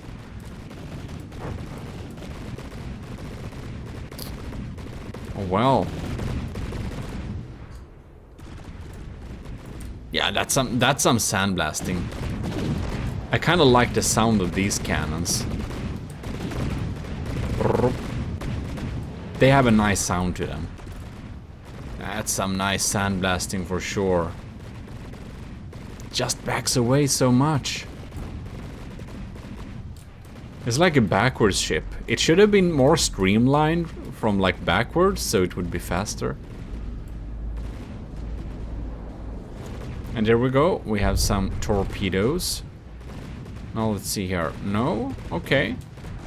It absorbed that EMP well. Last time we had some good confetti popping out. I wonder if it's so if the like anti-missile or anti-torpedo capabilities kind of get handicapped when it gets torpedo EMP damage. Who knows? The main gun is still online this time. It really has like the edge now, but it's basically below water. Okay. Yeah, like if we're going to adapt the rules which we had for which we should have had for the battle against the Titan slang, this is the point where Netramera's build would get disqualified, because this is not a surface ship anymore. In any case, the Draconia already won 2 battles, so it wouldn't have affected any outcome, of course. Even though I should set up a rule in my main rule set that basically says you can't go below. Oh no! Come on! No! At least it got some damage dealt. Okay. Like the long range torpedo almost reaches. I kinda think it's funny those crams are kind of hitting it. Yeah, I wonder how good the accuracy is now, because we have some sonars, but they're basically backup. Like the Draconia is not set up to deal with submarines. It's pretty weak against submarines, actually. Yeah. You saw that also with the Titan slang. When it like sat on the floor of the ocean and shot upwards with super cavs, the Draconia was so wasted. But the Draconia is still at 89%. It seems that Netramera is not able to deal damage very well from this position. And I wonder why it's kind of sinking with this much materials left. I don't quite get that. Is it some navigation who's damaged? Because, I mean, we hear the steam engine. It obviously have power to go backwards, so it's not that. Oh, that's too much range, man. Too much range. Yeah, I think the Draconia is not... It's just wasting materials, shooting missiles and missiles and missiles. But funny enough, the Draconia has a lot of materials left in storage, while the ECCLESIARCHY does have like 4,000 materials. It's probably burning everything with like steam engines, most likely. So how is the Draconia doing? Draconia. Well, we have had a heavy case of sandblasting. That's pretty obvious. It seems that all the shields have gone down, but is that maybe only because the enemy is beyond 5,000 meters? It could be that too. I don't know actually how to see like range in this battle mode here. Oh no, the small houses, they're gone. The small houses are gone. The bridge is gone too, but the little auxiliary house here it's all fine. Just the bridge to it is damaged. Well. Okay, so Netramera is at 0%. I would kind of like to see, like, how far away is it? I think I'll need to set up some range rule too, like getting disqualified if you are like more than 4,000, 3,000 meters away, something like that. Just to have like something. Alright. That clamshell went straight through, it didn't explode. Well, that's too bad. Anyways, it's still foreign, but it's kind of just sitting here. It has 0 materials. I guess we have some kinetic power left. But yeah, that's basically, I mean, this battle ain't going anywhere really. I kind of think it's very amusing that the clamshells almost hit. Ah, oh well. Shooting from underwater. From the depth is such a weird game that it kind of works. In any case, I hope you liked this little video, this little battle with the Draconia, and thanks for submitting this God-splitter version of this ship. It seems very sort of formidable. I love the warp. Said it only warps once. The sound of these sandblasters are pretty nice. It's a little bit too backing away, a little bit too much, but I mean, I guess it's it does its job, and it shouldn't sink like this. But other than that, it's a cool ship. But it lost all 3 battles on different accounts. Ladies and gentlemen, welcome back to GMODIST. This time we are pitching HMS Ragnarök versus the Draconia. So this is a collab with Brenzo, who has refitted the Ragnarök to the 2.0 version. And, well, here we shall see what will happen. The Draconia's laser is lasing on. Brenzo has recorded this footage, so I am just commentating on this thing. Anyways, the small missiles are popping in there, doing a little stream. We have some seaweed systems going wild. So the Ragnarök is a one-sider, and now okay, the swarm is coming in, but it ain't doing much. The lambs of the Ragnarök is pretty strong, so we shall see what happens there. It's very interesting. And the Draconia, it should be said that the Draconia has a 300k material disadvantage. It does, however, have a advantage in terms of block count. But yeah, I don't expect the Draconia to win, but it has beat some bigger foes before, and it may do it again. So we shall see here. The Ragnarök is a glorious ship. It has some very funny interiors, which we might look at in a future video. This time we'll just focus on the little battle here. And it's finally done. Took some time. Oh, check there, the laser has disabled a little bit of that turret. Very cool to see the laser is doing its thing. Now, Brenzo has set up some pretty decent armor going on there, so my heat missiles won't do much. And I am one of very few YouTubers. Oh my god, that's scary. Oh wow, these are some deep penetrating. So Brenzo has put some sabots into the main guns, he said. So they're just melting through the armor there, yeah. Doing a good job. And the ship is so fast too, it kind of flies around the ship, making the Draconia at a very bad angle for itself. In any case, what was I saying? Sabots, yes, but before that, who knows?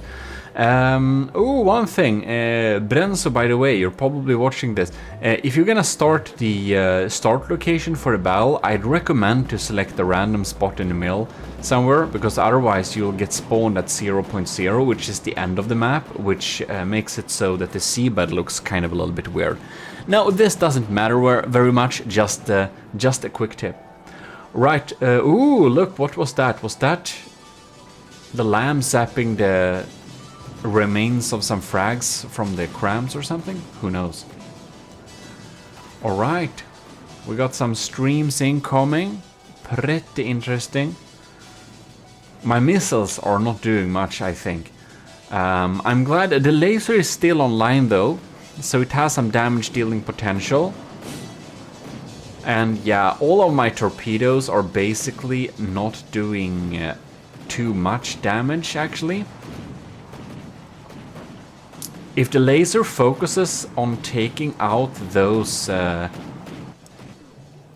like turrets, it would be very great. There comes my huge missile, but the huge missile is gonna get zapped by the lambs, I think. The Racone is so hard to sink, but man, yeah. One thing I can mention is that Draconia is actually a ship that should cost 1.5 million, but I spammed a lot of kind of bad missile systems on it to reach, make it reach 1.8, because as you might remember, the initial thought of building the Draconia was to challenge Borderwise's Titanslang Mark 1. And I'm pretty happy with its result for that, but now with the 300k as the material disadvantage, well, we'll see what happens. Why do Brenzo shoot over there, I wonder? So we got some EMP2, it seems. And the alarms are pretty strong, so I don't think our cram mortars will be able to even distract the lamb enough for it to matter either. So that's a little bit... that would be... Oh my god, yes. Yes, laser, come on. Fry that turret now. We got some good sloped front armor, heavy armor there. And some good resiliency in that. Oh well. 2 minutes into the battle in game, 5 minutes into the battle according to the recording. Oh, and I've decided that I will start to build a new battleship, by the way, because I think the Draconia is a little bit outdated. I know numerous ways to make the Draconia better, I just don't wanna. I think that green Seawiz is pretty funny. Seems to be a pretty good job at dealing damage. Oh my god, the laser... God, this thing is so high. The laser is a tad bit sad soon, maybe. Hopefully not. Hopefully it will survive. No, what did you do? No, it's because it's tilting. Oh no. The Draconia got so damaged at one side that it's tilting. And the laser is not lasing anymore. This is very bad news for the Draconia. The HMS Ragnarök is down to 95.5%, but the Draconia is at 86.2%. And a low material count, material count, yeah, for the Draconia is fine, but not without its laser. Yeah, so what I was going to say before was that I'm one of very few YouTubers, aka Swedish one, who has the proper pronunciation of the name of this ship, because the original builder, Robas of the Ragnarök, he is Swedish, and it's called the Ragnarök. Okay, if you want some pronunciation, there you know. And the O with 2 dots, that's an Ö. It's not an O with 2 dots. That's heretical, by the way. So, let's see here, what has our... oh, our laser is online! The laser is online, but is it dealing any damage? No, it's not online anymore. So sad. Come on! If the laser is not online, we have no hope. But it's shooting through it now. What is it doing? 83%. It's looking pretty sad. And now it feels like nothing else in terms of firepower getting through. I'd be very surprised if the Draconia is flipping this battle around at this point, because man, we are at the material disadvantage now. We are basically not dealing much damage anymore, because those Seawiz systems take out everything we throw at it. Somehow the laser zaps a little bit. God damn it, our lamps are so lazy, I don't know what it's doing. And I don't know what our laser is doing either. It feels like it's intentionally trying to miss. Oh my god, oh no, we have some exposed laser components that are not good. Okay, what's going on down here? We have holes, our air pockets, our floatiness, and all that jazz is going on. And yeah, if Brenzo use sabots for those shells, the era ain't doing much for us. They're coming in quick. Bam, bam, bam. Wow. We lost some cram turrets. Not that they can get through anyways, but still interesting to know. The laser is a little bit sad. Not even a little bit. This laser shouldn't be very strong anymore, I'd say. And the Draconia lost its turning power. So the Ragnarok is getting behind the Draconia, which is very bad for the Draconia. It's not in any way set up to handle that. We did take out one turret at least, so like we did something, but now with our laser down, it's like, what are we supposed to do? And the answer is we can't do much. Yeah, these are some quick shots.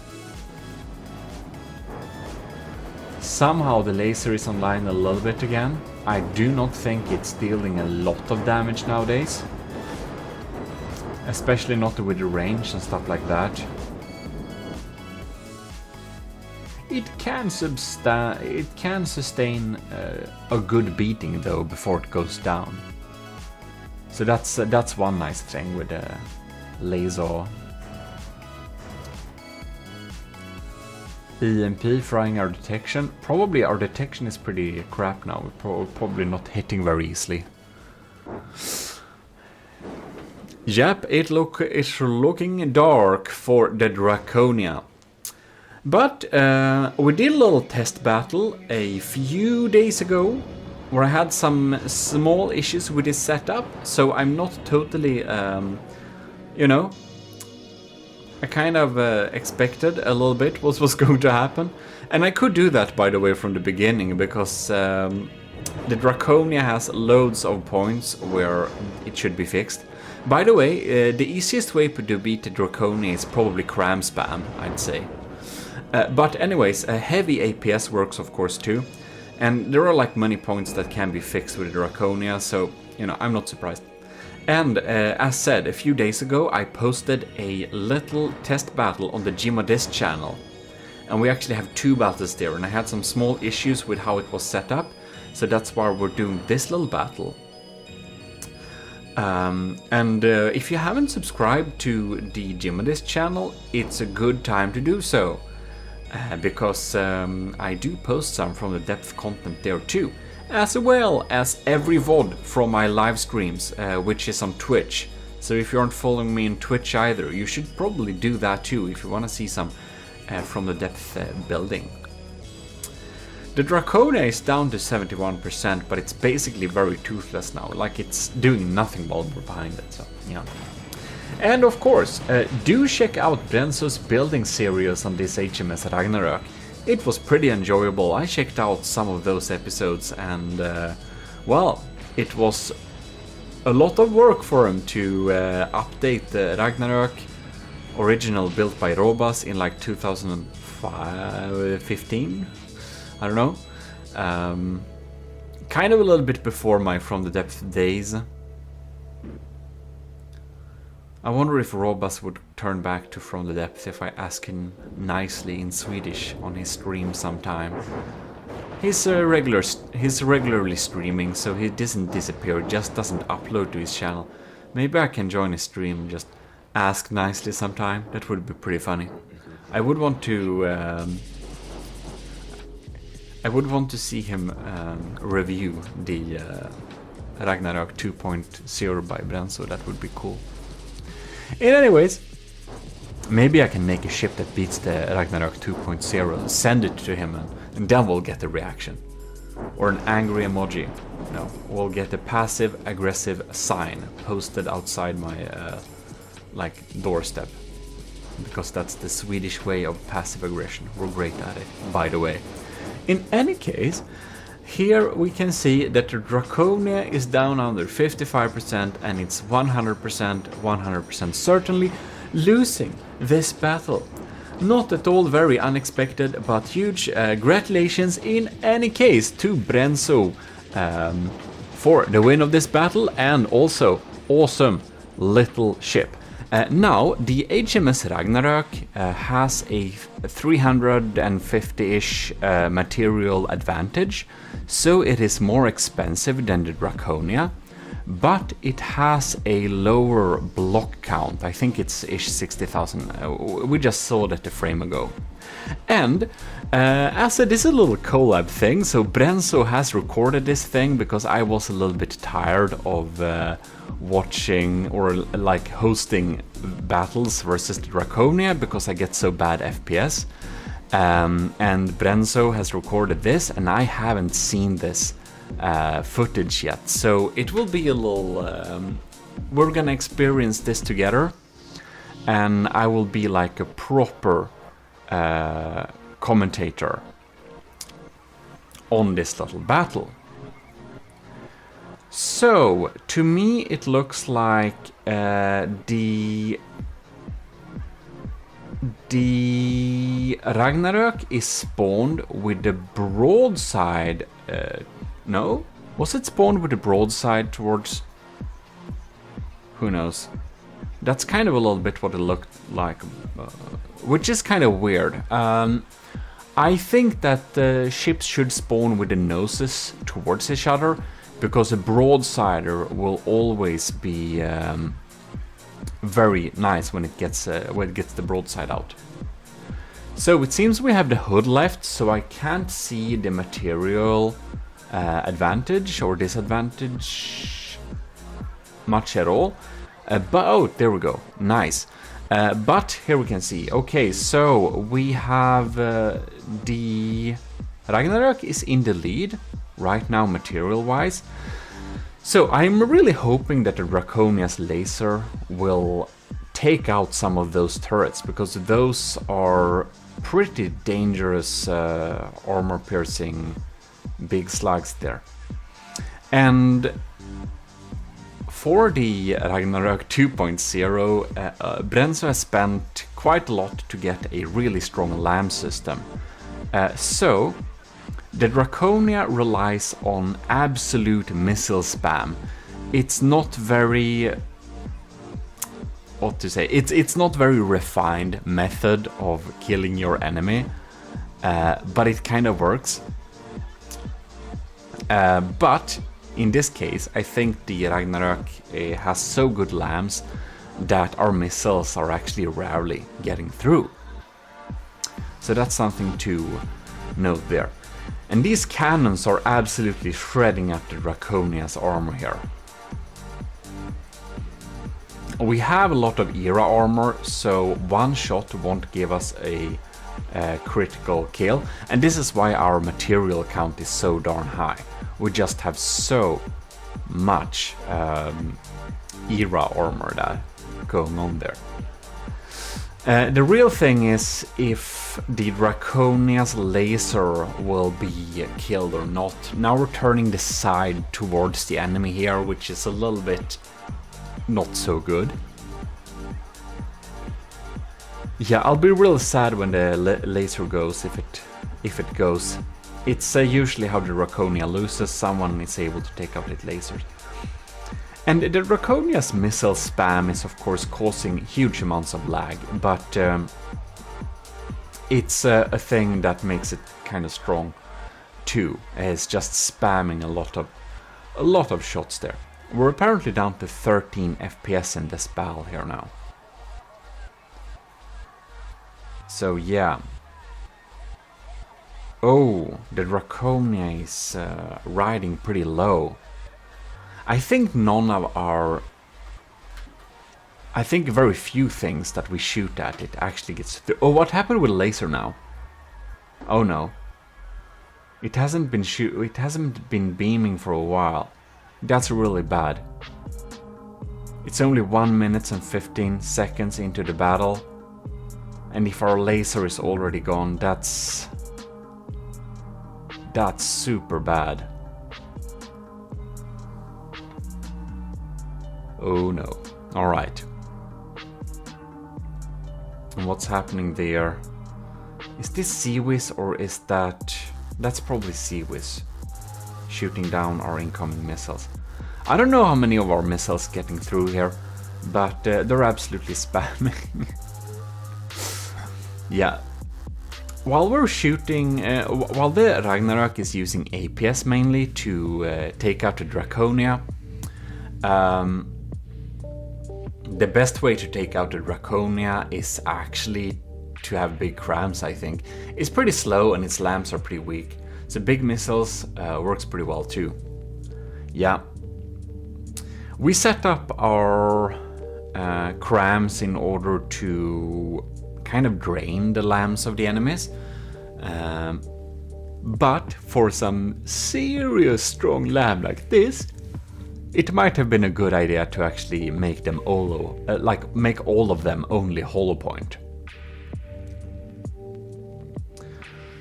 And Draconia is starting to go pretty low here. That's not looking too good. It looks like our main gun is still running. Our main gun is still zapping. Ooh, the laser is online still. That's good. Oh, do we have power problems? No. The lasers seems to be lasing. HMS Ragnarok is at 96% health, while the Draconia is down to 91, which is pretty more normal. We have some bulk. Oh my god. Oh yeah, there we have the steam engine. We have some power problems most likely. We have auxiliary power, but our forwards propulsion should now be seriously sad.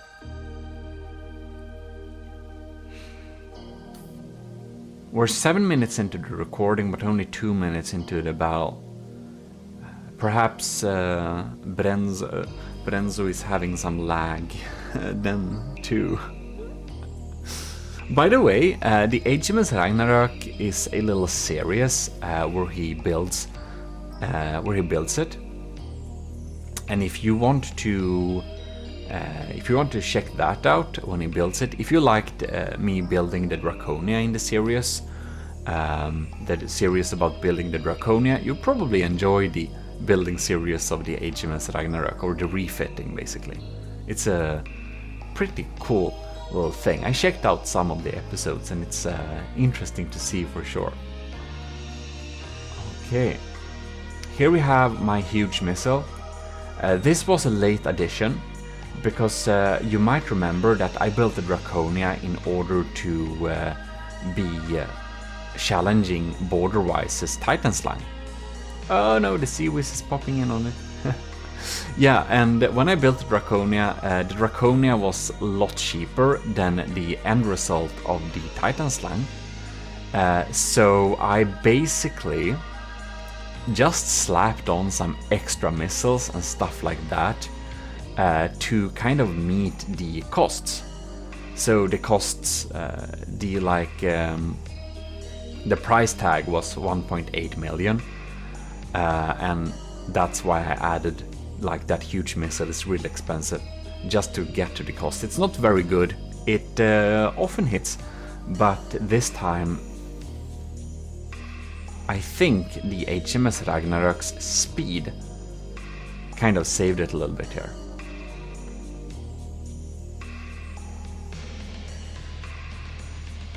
All right. I don't know what's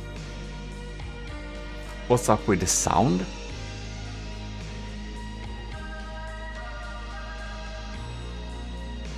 Ain't that super weird?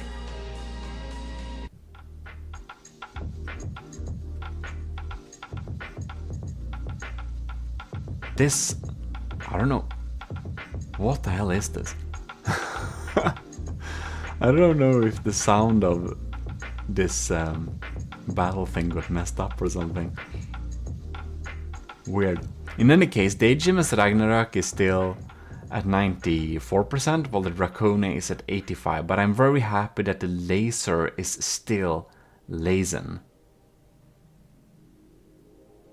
And I sneak peeked a little bit on an earlier little battle Brenzo did with the Draconia, and at that time the Draconia's small leeching missiles with EMP did take out... oh no, our laser area is very exposed. This looks very scary. Well, anyways, our EMP did take out one of his main turrets just by zapping the weapon controller, because he had forgotten to EMP insulate all the weapon controllers. So I guess he's fixed that, so we won't get that lucky this time. And right now it does look like the Draconia will lose this battle. And, you know, I'm gonna be pretty surprised if the Draconia is able to win this battle. It has a higher block count, yes, but it also has a 300k material disadvantage. And the Draconia's actual cost, if we removed all that extra stuff I added, is probably more 1.6 million. So yeah. In any case, yeah, I'm gonna be real surprised if we win this, but you know, the Draconia has surprised me before. We are definitely going to make a new battleship in the future, because I learned a lot. Like, Draconia is my first proper battleship that I ever built, and I'm very happy with its combat effectiveness, despite all that. So I'm definitely wanna build a new battleship, and hopefully that battleship will be much stronger than what the Draconia is. Will be very interesting. Alright. HMS Hans Majestäts Skepp Ragnarök 2.0 is at 93%, Draconia is at 81%. Man, the Draconia just take ages to kill. I do think our engine is pretty messed up on the Draconia here.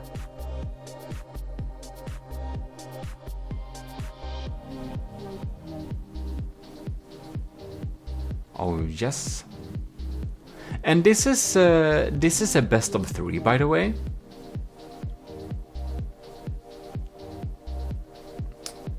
So we're going to see what happens next then. Got some missiles popping in here. Ooh, and the wood metal checkerboard armor.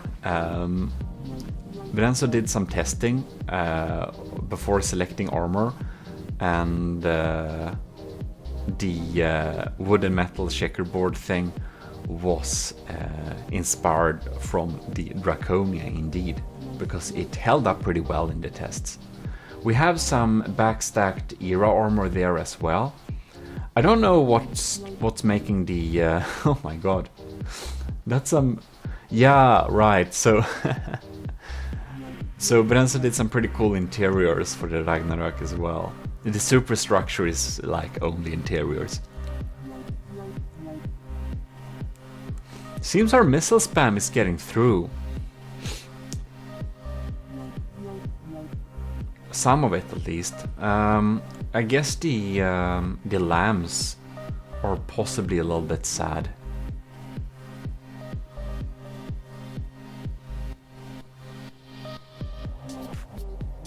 Well,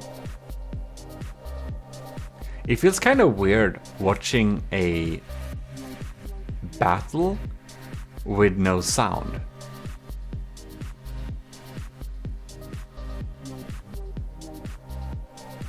Yeah, it's kind of weird. Well,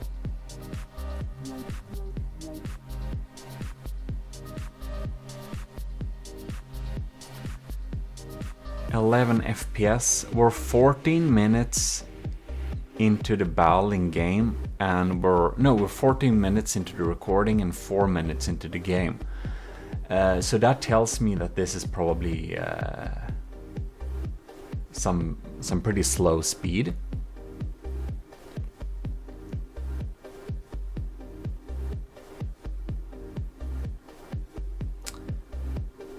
Yes. Kind of 30% speed maybe. Would possibly one could possibly record such a battle at like 50% speed and then speed it up afterwards. Oh my god. My entire main gun turret is absolutely completely 100% gone, and my laser ain't working much at all. Yep, we got some holes in the laser here, so that's probably it. Yeah, you know what? We're gonna sneak peek a little bit what happens in the future. Yep, and as expected, the Ragnarök is winning the first battle because the laser was indeed down, and the APS main gun was also down. So since we don't get through much, well, basically nothing more happened during this battle. So then we know we can then go to the next battle and see how well the Draconia performs against the HMS Ragnarök in that one. Well then we have the second little battle here, and I'm gonna see. I must say I'm not okay with the angle that the Ragnarök got to spawn on, because that will make it like, this is the advantage with having a broadsider. If you can spawn your ship in an optimal angle, you know what, I don't know, I don't really dig that. Spawning your ship in an angle will give a broadside ship the best potential to deal damage.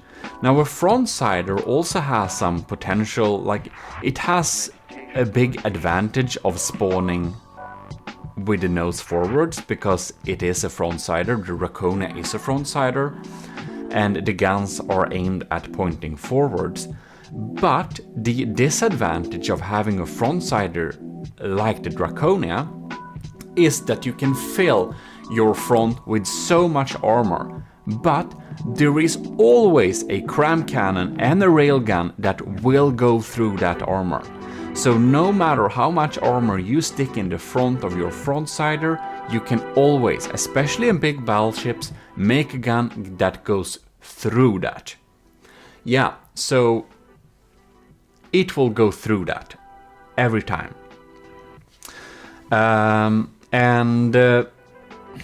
When you have your guns spread out on a broadside like this, there are so many different places an enemy can hit, so you will not do substantial damage to the ship. And that is why it is fair that the frontsider will spawn towards the enemy with all its guns facing the enemy, because when a railgun hits that frontsider, it will hit something important. Because the kind of surface area of the front of a frontsider is pretty small, so the railguns will go through there and deal some damage to some important bits. But when you have a broadsider, you are supposed to make it also face the front towards the enemy, because otherwise the frontsider can't deal damage to the broadsider until all its guns are facing towards the frontsider. When we have it like this right now, the Ragnarök and the Draconia is both facing the enemy with all its guns at once, and that makes it kind of unfair, I feel like, because, as said, the Draconia has a lot of front armor, but these railguns can go through it. So the HMS Ragnarok will be able to deal some damage early on to the front of the Draconia, and these early game stages should actually be for the Draconia to be able to deal some damage to the Ragnarok before it faces the broadside. Because now, and another thing is that the Ragnarok spawns at an angle, it can move sideways really fast, and the Draconia don't have time to adjust and make sure its side doesn't face the enemy, because the Ragnarok is basically already gaining speeds forwards in a sideways direction, and the Draconia can't turn so fast. And this makes it really unfair for the first minute of the battle, that the Draconia cannot face the enemy forwards to make sure it's moving sideways. The Draconia's weapons will hit better when the ship is trying to turn sideways, while the Ragnarok can deal all the damage to the Draconia. I don't know if that makes any sense, but hope I tried to explain that, because I did a battle before with the Secret Advisor against Draconia, and he had such a large diff gun ship that it was basically unable to turn at all before basically colliding with the Draconia. Thing was, if he got the advantage to spawn at the broadside, his ship would always win.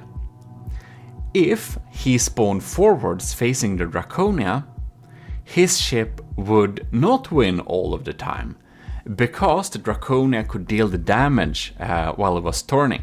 And I kind of feel like if we just imagine like a ship going into like battle and stuff like that, going up to each other, they're probably gonna have their noses towards each other, and after that they can maneuver to turn. And to spawn a ship with a broadside towards the enemy ready to shoot is really fair against a frontsider. And that's kind of the trade-off. Do you want to be able to move fast sideways and able to dodge missiles and stuff like that? You saw before that Ragnarok was able to dodge the huge missile just by basically being very fast. And that's kind of the pro of having a broadsider or a one-sider. You can go sideways, miss shots, and the trade-off is that you don't get to have all your guns ready from the get-go. The Draconia has all of its guns ready from the get-go, but it basically can't turn and maneuver to not get hit. And that's kind of the trade-off. So I don't think this is fair. I'll need to do battles testing this myself a little bit, but with a broadsider spawning at an angle with all its guns already ready makes it have a firepower, armor, and speed advantage.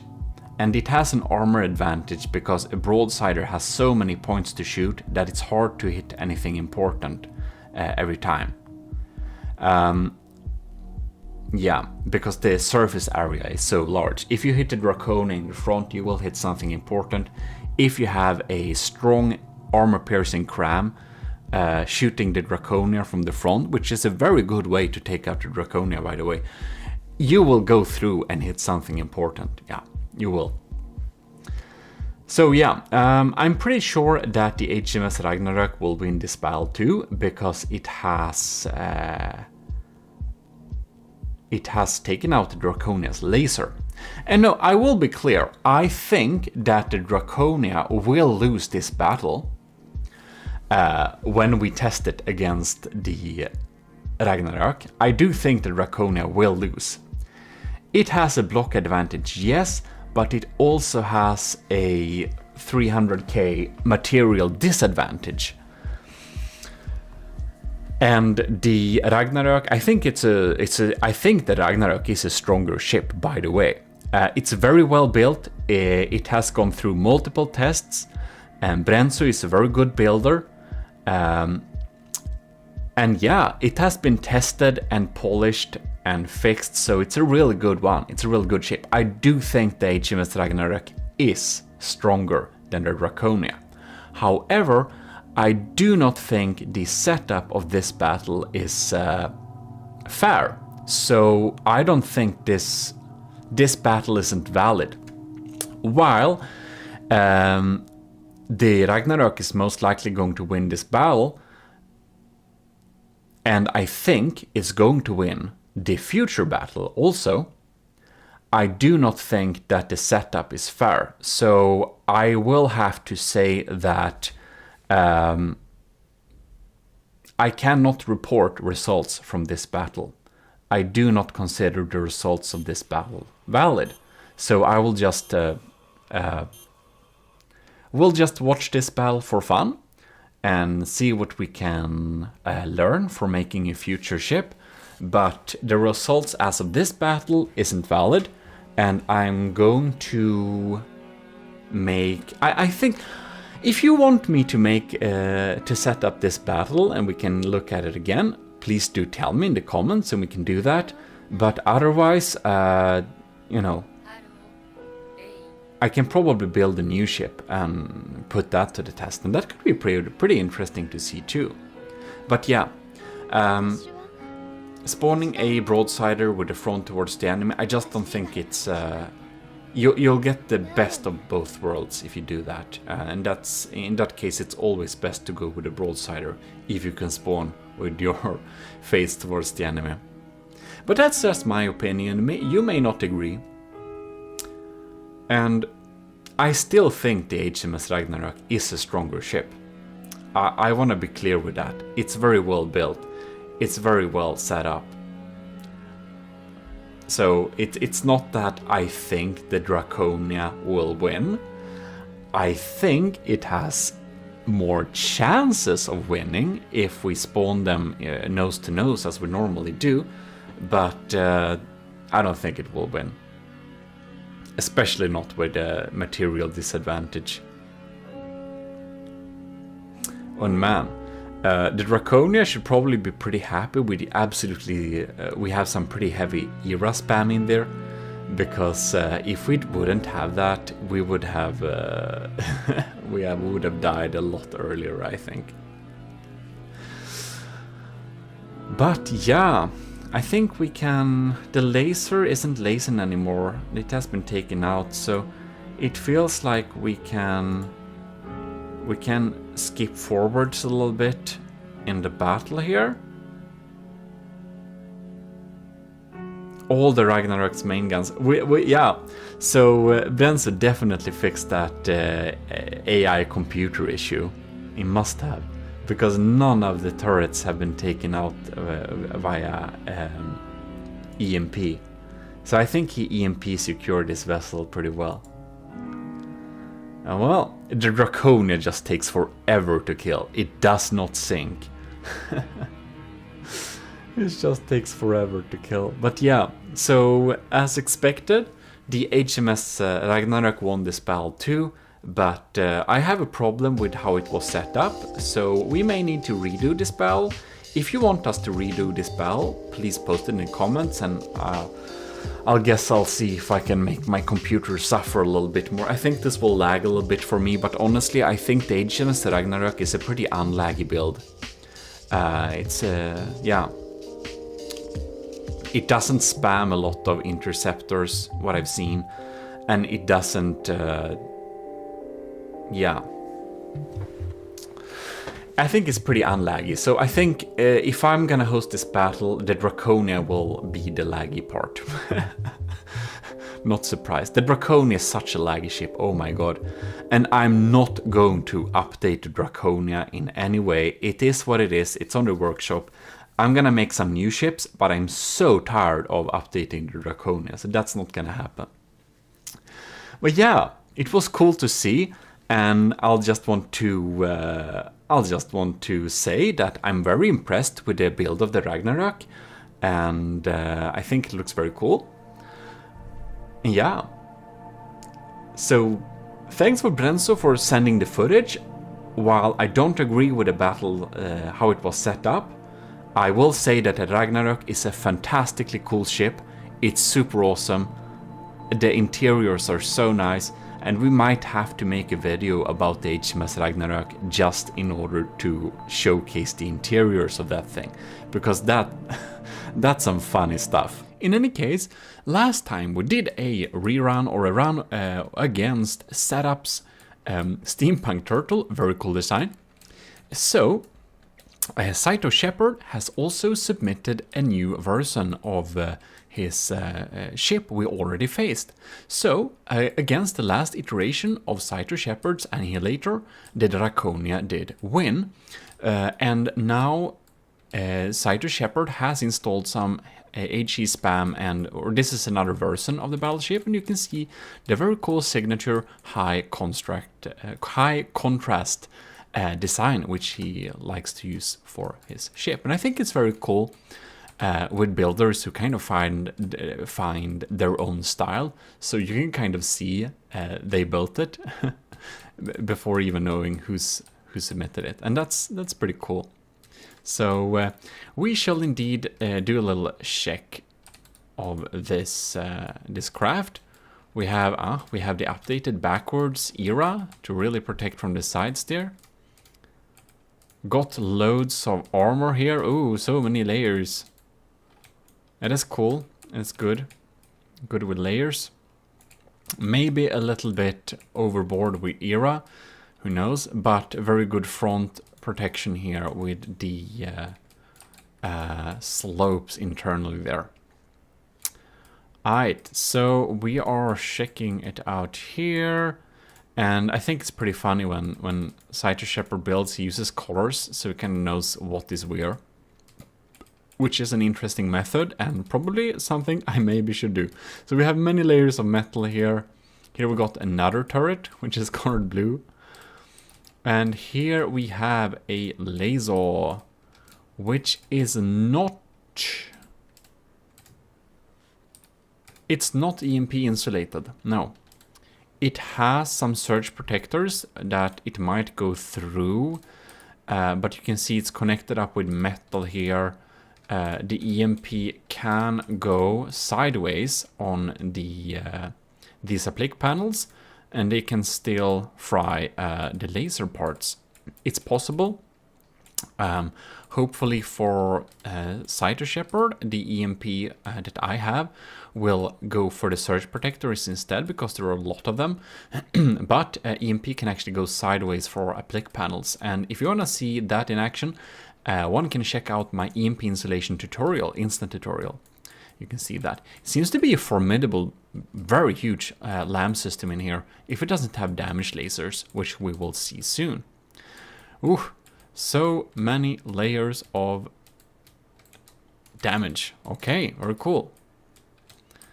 And then we have, I think we have some interiors here. Yeah, we got some pretty cool interiors. Actually, Saito Shepard's Annihilator Mark IV looks even cooler from the inside than it does from the outside. So here we have some meeting rooms, and we have some beautiful little areas, and we can go down here to this, and I believe that we can go in. That's just detection.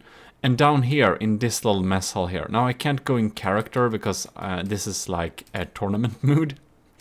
But as you can see, it's like really beautiful. I just love this setup. So it's I don't know, there was this other Swedish YouTuber who made a lot of From the Depth videos in the days, like 2015, called Robaz. And this is like, it feels like a Robaz themed den, I think. It's like no salad there. It's pretty funny, funny guy. It would be awesome to play From the Depth with him sometime. We could even talk Swedish, anyways. Very funny signs here. Mike Waldros, get thick. And, oh, beautiful. Won't read that out loud. And this is really funny. This is even, I think it's one of his videos, cooking. It's like this is... Oh, I think it's from him. But in any case, this is like an actual video playing inside of there. So it's pretty funny. Now we won't watch that, of course, but of course, cog means something completely. yeah, that's Rovas, and having some funny similarities with or false friends, as we call words, which means something else in different languages. Anyways, so he uses milk from Norrmejerier. That means he lives in the north part of Sweden. If you didn't know that. Or most likely. So anyways, that's kind of the cool mess hall we have inside of there. It's super cool, very nice interior. We have some bunks there and there, and yeah, I guess that's it for the interiors. The Draconia, you know everything about. You've seen that too many times. So we will start the battle, and we can see that. Ooh, we have some white lamps, do we? They're kind of zapping stuff very quickly. No? Some of the crams seems to be moving in there.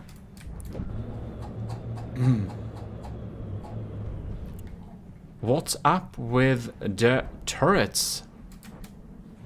Some of the turrets are not working for some reason. Okay, now it's working. Okay. They're just set up at a different range, possibly. So, the Draconia is behind in terms of damage. Apparently, setup is using some heavy explosive spam. What's up with my laser? Okay, it's working. I was a little bit sad if my laser was already not working. Wow, this HE spam has really blown away parts of my main gun there. And now we are getting into pretty close distance for being this type of ship. Of course, oh man, some of those mortars actually kind of hit, which is pretty cool. It seems that Cyto Shepherd has some pretty thin deck armor, do we? Yeah. And that might... Ooh, wow, we sniped a turret there somehow. That's pretty cool. Yeah, so pretty narrow turret nicks. I know a lot of people uses narrow turret nick, and it's kind of proclaimed as the industry best standard. I would not agree. I have the unpopular opinion of wanting thick turrets that has a head, and then they're like straight down like cylinders. You know how I build my turrets, and I just feel that's a sturdier way to build turrets. Now something is happening here. Why is it lagging? Draconia is at 92%. Cyto Shepherd's Annihilator Mark IV DERA is down to 89%. So it is a very small difference in terms of damage. But oh, are we losing? Is the Draconia... It's not despawning, no? What's going on? It's going so low. It's really... Stuff is happening. Like one side of the Draconia is very eaten away there. Interesting indeed. But it is 2%. Almost one... Yeah, it's kinda ish 2%. No, 1% in the lead. A very small difference. The laser...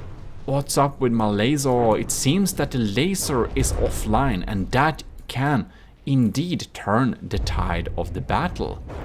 Very interesting indeed. So, are my missiles able to deal damage? It seems we have some incoming crams. The mortars are popping in there. We can see one of them, some of them went through and went into the design there. The Draconia is at 89% and Cyto Shepherd's Annihilator Mark IV is at 88%. This is so close. It feels like Cyto Shepherd might slightly be in the lead here, because a lot of the cannons are really dealing damage to the full extent still. And the LAM system, which is very big, is working real hard to take out those incoming damage dealers. Right, Draconia 88%, Cyto Shepherd, Annihilator 87%. This is a very even battle so far. So seems that the EMP damage has not went through to kill the LAM system yet, which is very good for Cyto. And oh no! What happened? That Kram barrage did make that turret a little bit sad, I must say. This turret is indeed kicking. Oh no, it was only reloading? No? Maybe it's kinda heavily damaged, but not offline. Draconia is at 87%. It's going very low. If it goes too low, if it starts sinking, it will receive penalty points. So keep afloat now, my Draconia. The main gun turret is still online, at least half of it. I think, yeah, the turret is online. It just have very short barrels. The fast fire guns, they're still online. This one, yeah, they're still online both. That's very good. The huge missile is working. Oh my god! About penalty points for sinking. Cyto Shepherd has went full submarine. Oh my god. Oh yeah, he's submarining. He gained some altitude there again, so... Oh no. His remaining turret is dead. I think this is probably decisive. Cyto Shepherd does not have a main turret left. The turrets are all sniped away. And the LAMs are working hard to not get the missiles incoming. Oh my god! That's some propeller spamming. That's...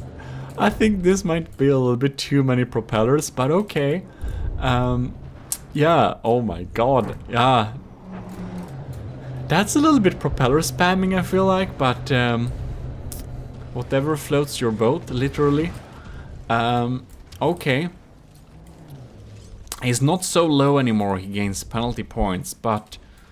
oh yeah, we actually have some missiles that are dealing damage. So he's not completely out of the game. Oh yes, he is. He's below 55%. I am curious to see if his missiles will get through my anti-missiles.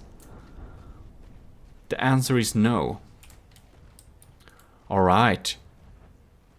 Yeah, Cyto Shepherd has definitely lost the first battle. But this is best of 3, of course. So we will do a rematch and see if we get some more results. Yep. So very interesting. Definitely an improved design. We shall, however, see if how the next battle goes. If we need to utilize the best of 3, like the third battle, or if we are going to. If it's going to be decided next battle. So, stay with me. And there we go, battle start. Kind of see from above, kind of how it looks like a little bit. So, I would just want to say thanks to our commissioned officers in the army of GMODISM who is really supporting the channel and making us be able to do some cool videos for you all. So, thanks a lot to Stellar Admiral LCG Canyon, Captain Scooberox 12345, Commander Eugene, Lieutenant Asteria, Cadet Shark 93, and Marty McBacon. And if we have any more people joining, I didn't say your name now because I recorded this video before you were a member of the commissioned officers. And if you want to see what benefits the commissioned officers get, please check the link in the descriptions. And thanks again for being an officer in the army of GMODISM. Right. So the battle is very even so far. I'm happy that my laser ain't offline. It's trying to zap those turrets. It should really focus on zapping those turrets, because those turrets are pretty dangerous. We're both basically at 97%, but I do also know that the Draconia is a very big ship, and it has kind of weak surface armor, so that it has a lower percentage might actually not mean it's weaker, because it loses percentages fast too. It's that. There is that. And for some reason, my laser... okay, oh yeah, that was kind of not a good idea, but I did, so the laser doubles as a anti-missile laser too. Yeah. But maybe it is good, I don't know. If it wins the battle, it was probably the right choice. What is this now? Is this a little top tower? Well, we shall see if them inside will eat any more McWalrus today, or if it's over with the fast food for a while. Oh man, I just feel my laser should not be spending time on zapping missiles that are medium or something. Anyways. Because it's such a good damage dealer. Alright. We're definitely degraded mood. Can't really see. We can probably pause the game just a little quick second so we can kind of check around things in decent frame rate. Oh, we're making chocolate cake here. It's like actually a video from Robus. I mean, well, they're getting lased in there for sure. These are mediums. I kind of don't feel like my laser should be spending time on shooting down medium missiles. Well, maybe we can change that in the future. Here we have a lot of anti-torpedo torpedoes coming in here.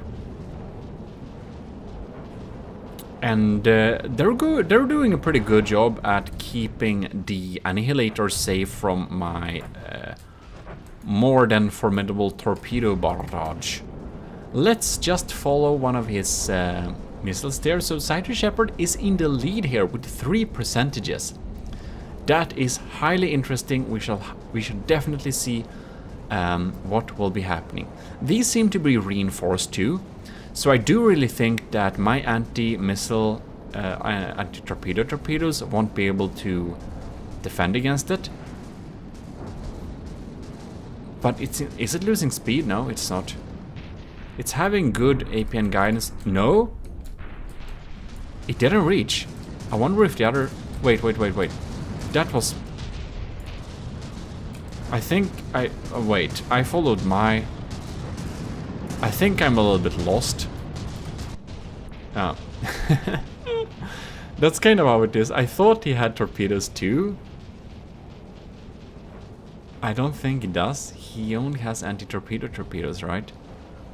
Alright, willing to follow one of these and see where they aim for.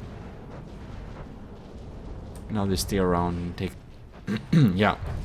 Draconia is at 86%, while Cyto Shepherd Annihilator is at 91%.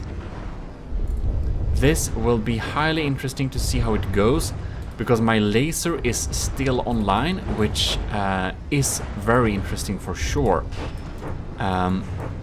It seems to be damaged, very damaged, so it might not have long left. If my laser gets out of well, if it dies, I do not think the Draconia can win this. But as long as that laser stays alive, I think it still has a good chance of winning. Cyto Shepherd is down to 86%. Wow. 85. The Draconia. Is she gonna take the lead? What's happening? 84 versus 85.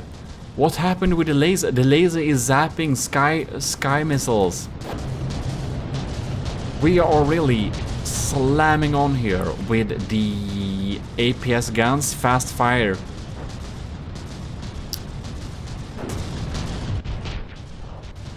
Draconia 83, Cyto Shepherd 85. One of the turrets, oh yeah, it's gone. One of the turrets is gone there. The laser is still online. The Draconia is really tipping there. Oh my god. Oh, the laser, oh no, it got distracted. If it had zapped that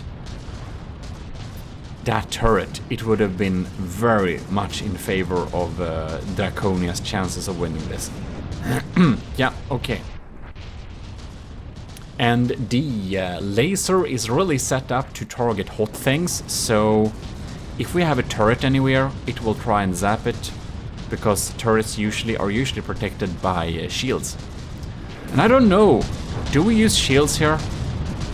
I think we may not use shields here. In that case, I don't know why it targets. If it uses shields, they're like set up to be invisible, but they should still be visible slightly when we're taking incoming fire here. Interesting. It might have ring shields too. Draconia is at 79%, it's down into the 70s, while the Cyto Shepherd's Annihilator Mark IV, she is in the 83%. It seems that the Annihilator's lambs kind of lost its edge a little bit, because the lasers... no, the laser! Is my laser down? Very interesting indeed. If my laser is down, it will be really hard for the Draconia to win this thing. The missiles are getting through now, because it seems that the LAM system has lost its edge, but still. And the mortars are really helping at taking out some turrets, I believe. Even though they're kind of weak, they still do good damage for sure.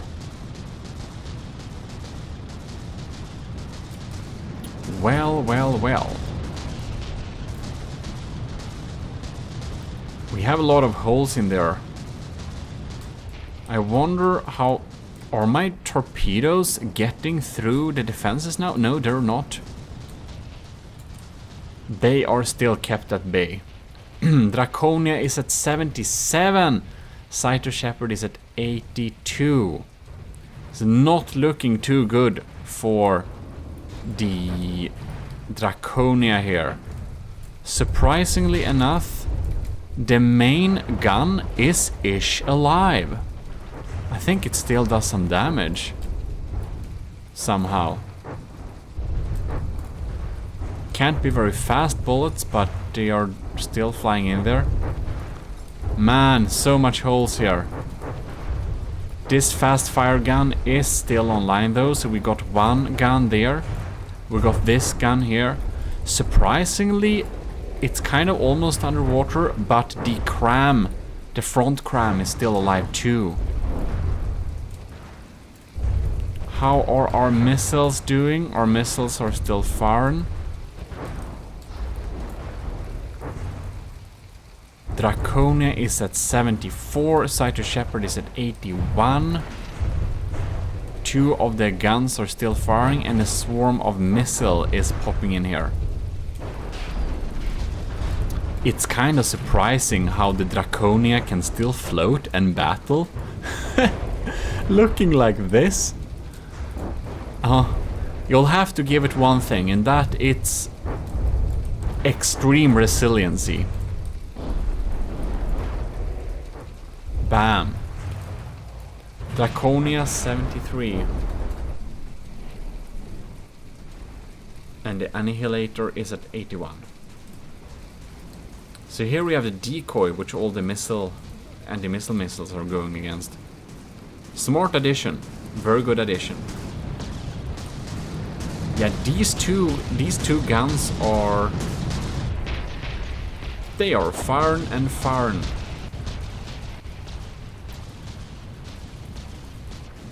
I wonder what type of incoming damage the Draconia is dealing. We have the missiles, I see. But they're doing so small damage. One of the cram hit.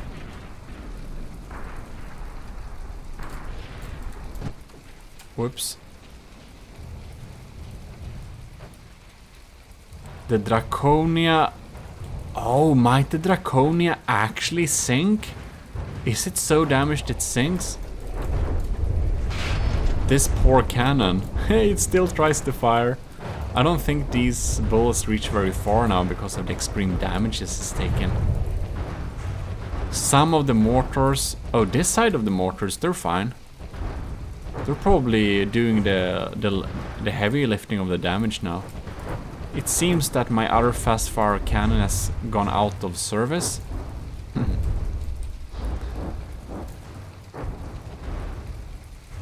The Draconia is at 69%. It actually seems like Shepard's Annihilator will win the second battle, which is very interesting. Then we'll need to decide it by the last, as this is a best of 3.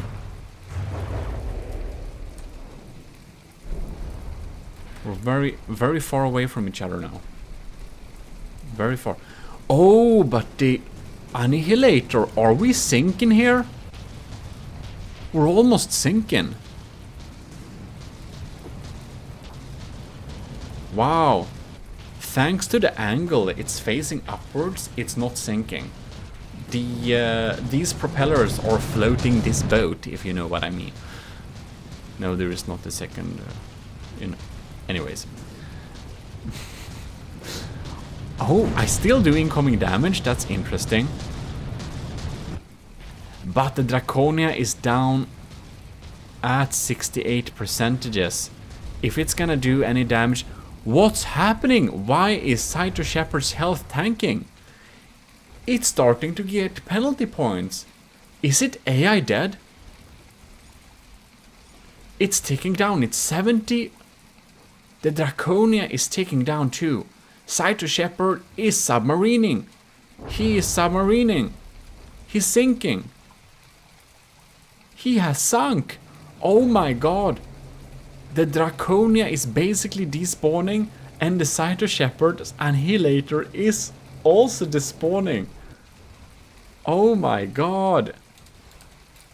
Oh, Saito Shepard is so far. Wow. He almost got DQ'd because of the altitude, but I'm thinking that he's actually AI dead. I don't think the Draconia is AI dead. Or is it? It should be despawning because of the extreme damage though. Wow, that's a so even battle. Draconia is down to 53%, and Saito Shepard is down to 42. Wow, that's a so even battle. Both ships are basically despawning as we speak. Yeah. I think Saito Shepard is AI dead. I don't know if the Draconia is too. I think it's only despawning because its materials is below 55%.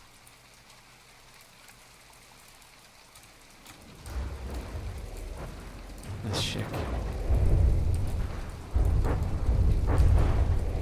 Wait.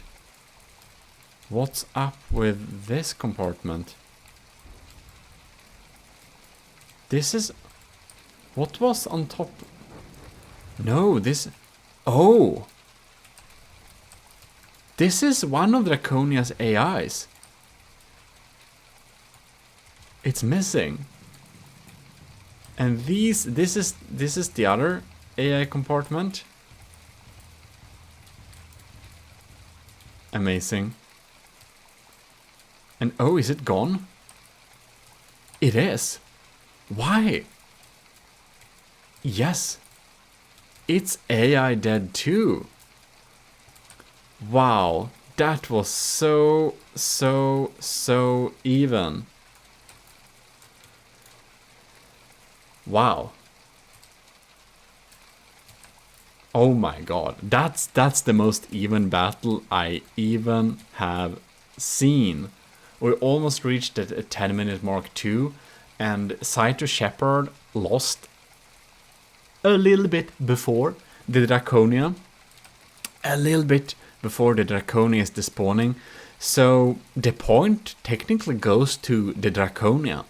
But this was so extremely even. I would love to see the third battle just for the fun of it, because like this was so even, and even though, like, you know, rules are rules, the Scyther Shepherd's Annihilator did DQ before the Draconia, but yeah, that was so even. Well, I must say that the Annihilator Mark IV DERA is definitely a big improvement over the earlier version of the Annihilator. So a big applaud to Scyther Shepherd for improving the ship to this point. It's very formidable now indeed. Just, it seems, either the Draconia was very lucky this time, or it's slightly stronger. In any case, we should, we mix up the, let's preview location so we're not in land, no. So we're gonna do a third battle just for the fun of it. Alright.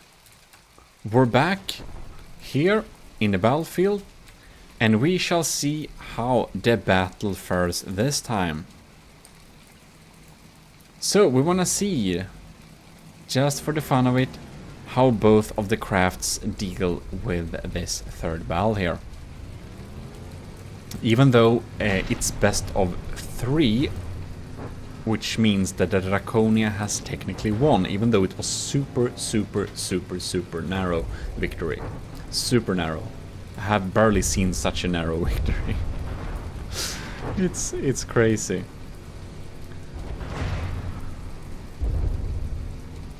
Wow, it's so useful having shields. So useful having shields. They're like, I think they're like max strength too. So, how is the Annihilator faring this time here? Mac Walrus and company inside of there. This ship has the greatest interiors. Ooh, the laser is really drilling some holes there. That can really make the Scyther Shepherd's Annihilator lose some... I wanna see what it's aiming at. Oh, it's frying lasers. Oh, it's frying engines. Man, that's really good for the Draconia. If she is eating up that engine, you know, those lambs will not be very scary anymore. Draconia is, however, behind in terms of percentages. But I really think we did a critical hit there on the engine with a laser, just eating through that. Era armor is formidable for sure, but I feel that the Annihilator is doing a much better job against a APS heavy design, probably. Draconia is already down to 93%, so it really has taken some heavy damage for sure. However, the main gun and the laser is still online and poppin', so I am not too worried yet. If it doesn't manage to EA dead all my computers, then it would of course turn very quickly. Scyther Shepherd is in the lead, but what is the laser frying now? If it's being a real good... If the Draconia is being a real good girl, she's gonna fry a turret next. Do it, fry a turret, come on, do it, do it. But unfortunately it aims against the decoys and the incoming missiles, because, oh man, against Scyther Shepherd I think the Draconia should not use the main laser to target incoming like medium missiles, because that's like a waste of damage.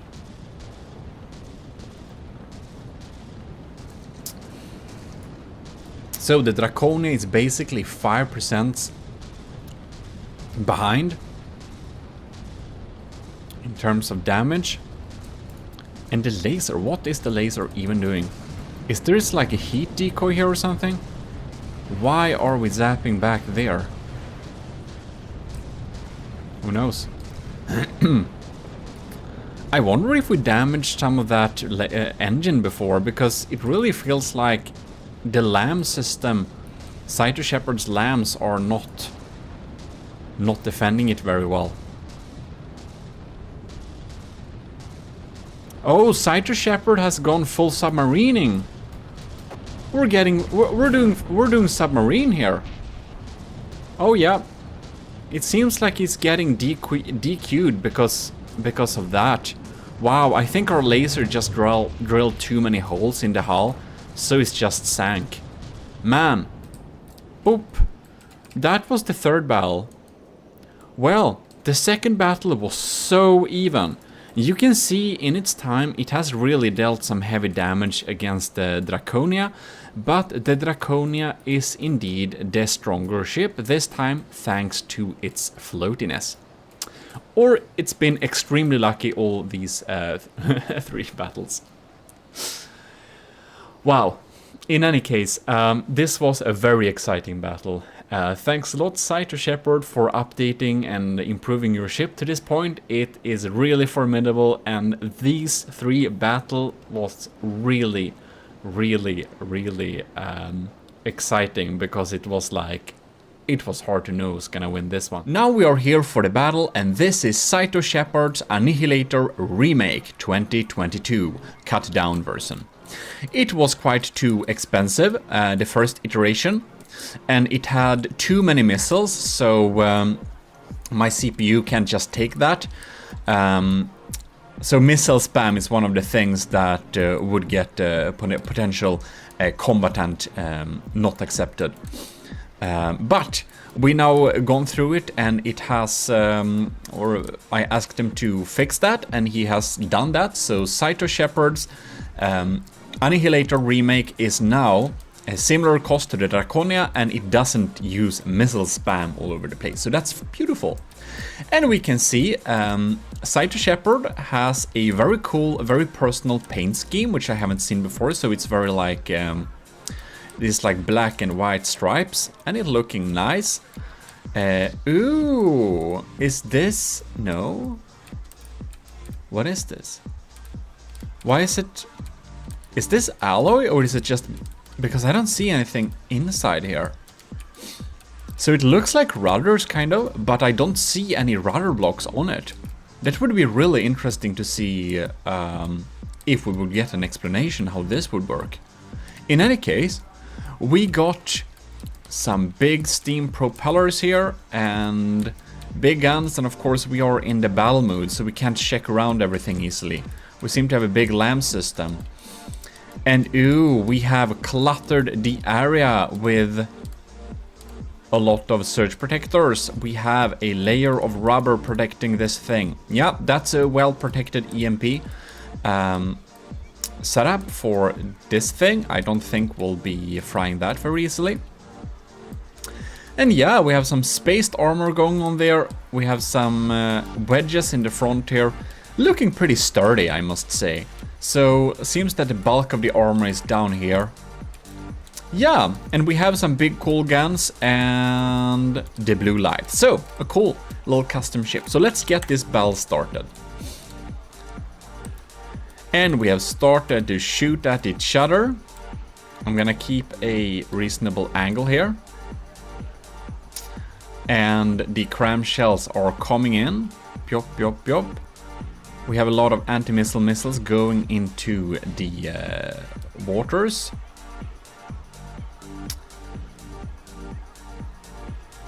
Okay, let's see what's happening now. The laser keeps frying. Seems that my big missile got taken out. It was also very confused. It had good decoys to just lead it off, and also a lot of AMS anti-missile missiles to just shoot it down. Right, so seems that... Does my missile even coming in here? No, I just realized that we need to turn down the settings a little bit here. That barely helps, but a little bit. Okay, and we got some shells popping in there. So it has a lot of... yeah, it's a lot of anti-missile missiles, and it seems that my shots are not coming in here. it really has a, it does a good job at taking out most of the incoming missiles. Like my missile swarm is getting pretty deleted. We have some vertical launch missiles there. I think that's decoys. I think it will light up here. Yeah, you can see all my anti-missile missiles went to take that out. They went for the decoy. And that's a nice thing to use decoys for. We pop up decoys in order to make the enemy's AMS system fly to hell. And we can then make our real missiles actually deal damage. So that's pretty cool. I use the same tactic, of course. You can see my decoy going up there. And I'm thinking that a lot of... I don't know if his AMS system reached that far, because they are busy with taking out my missiles. But here you can see his anti-missile missiles, they go for the decoy straight off. So we're using the same tactic against each other. Draconia down to 97%, Cyto Shepherd down at 95%. So a very small lead for the Draconia so far. And even though I've learned a lot building the Draconia, and I'm kind of very unhappy. Oh my god! Oh yes, they are getting through. These are my ultimate lamb distractors. A few lambs can take on my mortars because they are basically made to basically just disable lambs. They're just made to soak up all the lamb's damage. So we're getting a little hold here. Seems like Cyto Shepherd and I both use the wood metal checkerboard armor. And it is very efficient if you have the space to offer, of course.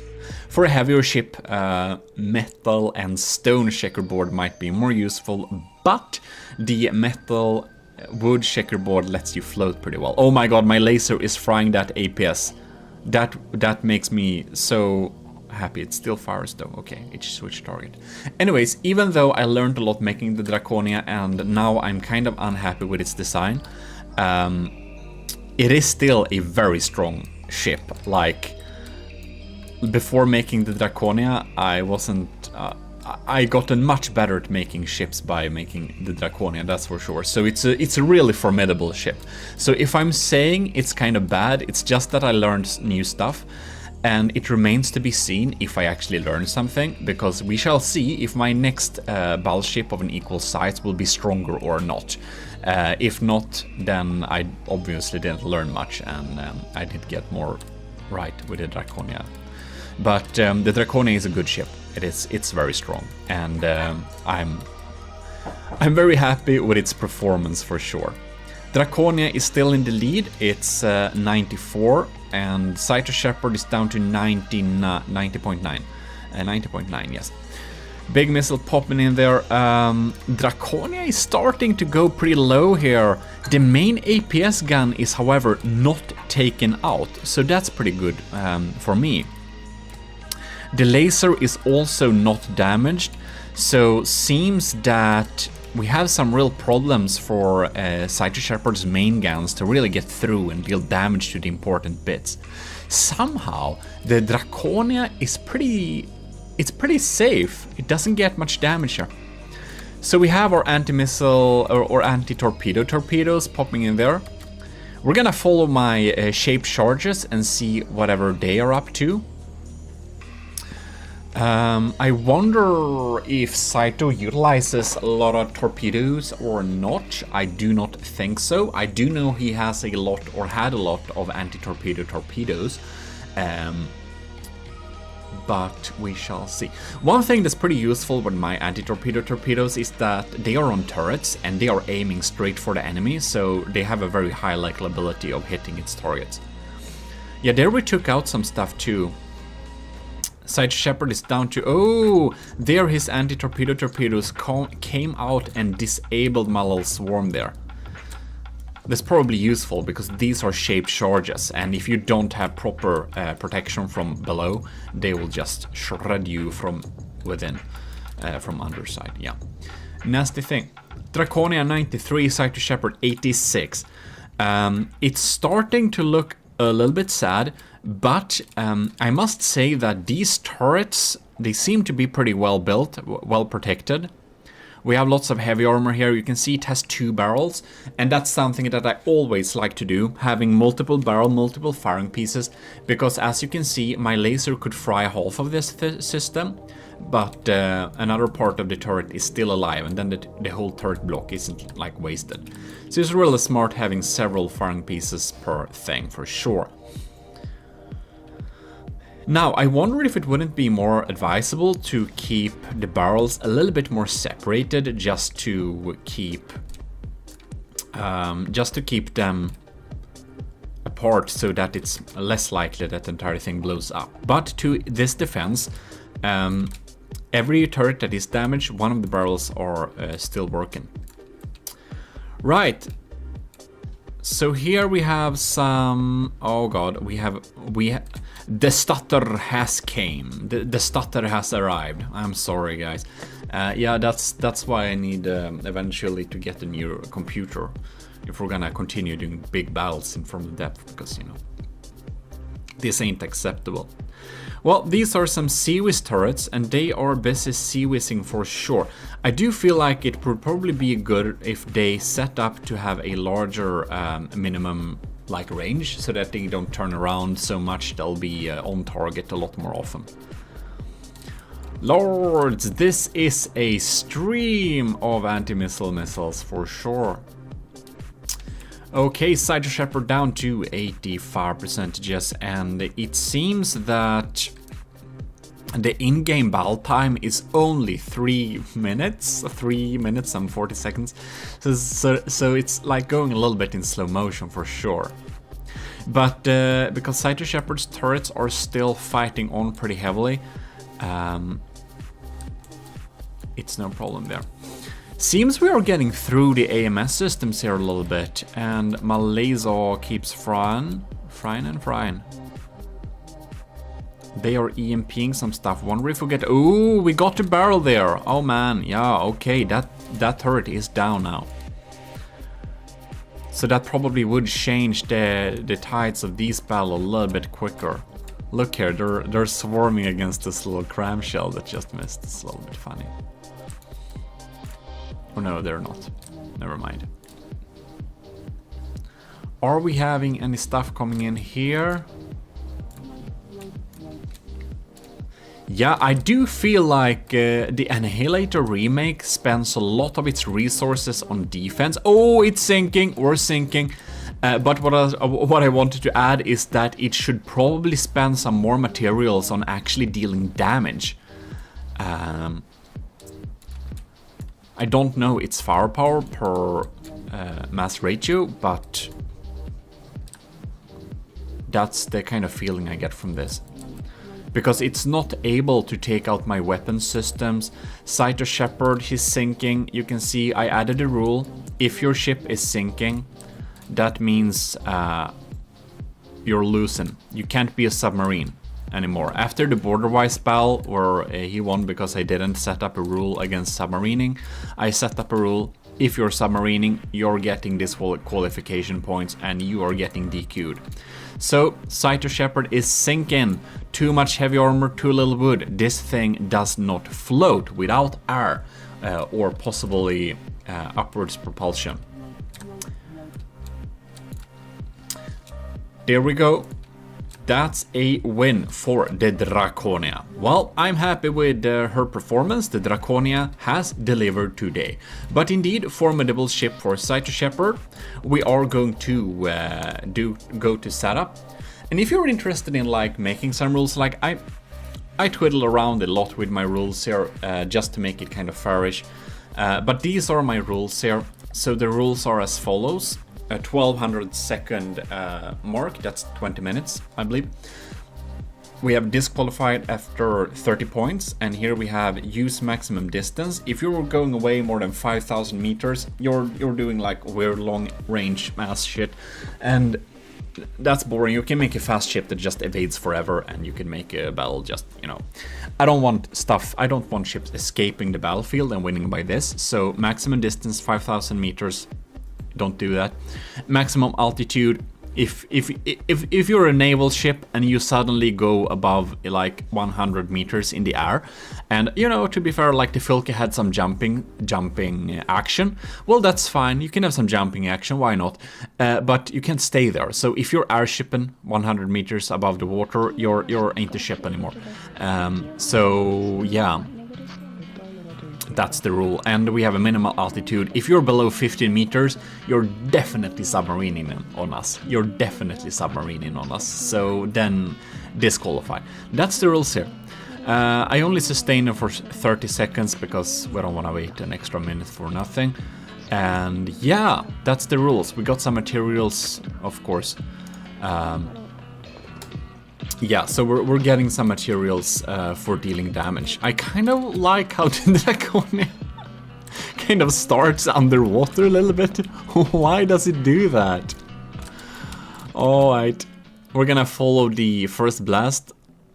I don't know, I just like these shotgun shells. It's kind of a nice opening. It's like an icebreaker. Alright, it doesn't confuse the lambs though. And here we see the sea whiz. Man, I really feel like I'm gonna make an instant tutorial of that next week. We're having an instant tutorial about that, but this series obviously needs to be flak. I feel like it should really be flak, not yeah. And yeah, so I'm gonna make a flak APS series tutorial, but the series is really, it's just spraying the air. It's pretty cool. But if it was flak, it would just take out so much more than it does.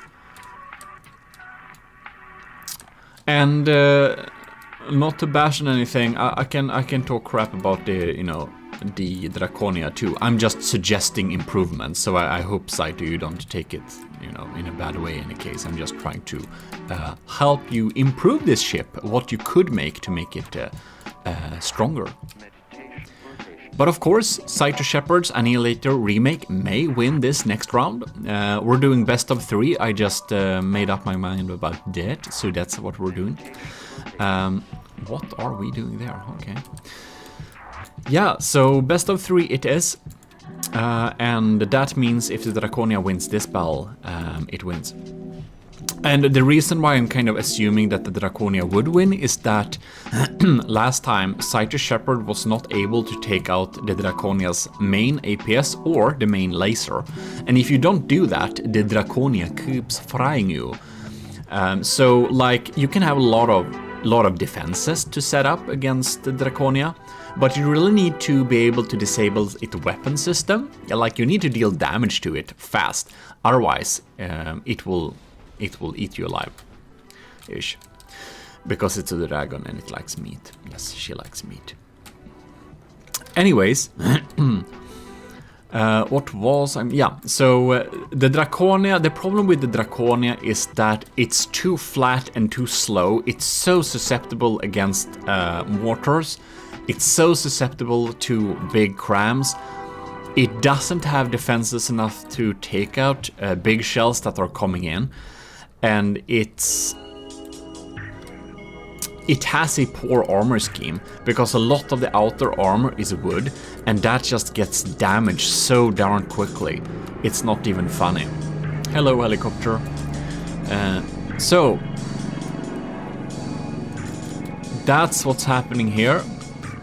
Resilient turrets for sure, but they don't seem to deal too much damage. Now we are in kind of degraded mood, so I don't even know how it looks like when the shell's coming in there. So that one got jumped by... Ooh, look! There a shell came in, it shot off one of the cram cannons, okay. So it's probably some armor-piercing high explosive or something like that. Yeah, there we popped another little turret. But these small turrets, they're kind of like auxiliary, of course. Like, we need to deal with this thing, and it's a slab of heavy armor, and this thing, and that too is kind of small. Can be dealt with big explosions, for sure. It can be dealt with sandblasters, yes. And, ooh, I wonder if my LAM system does have time to take on incoming shells. It doesn't seem like it. It's not able to detect them. Ew. Here we got off a little bit.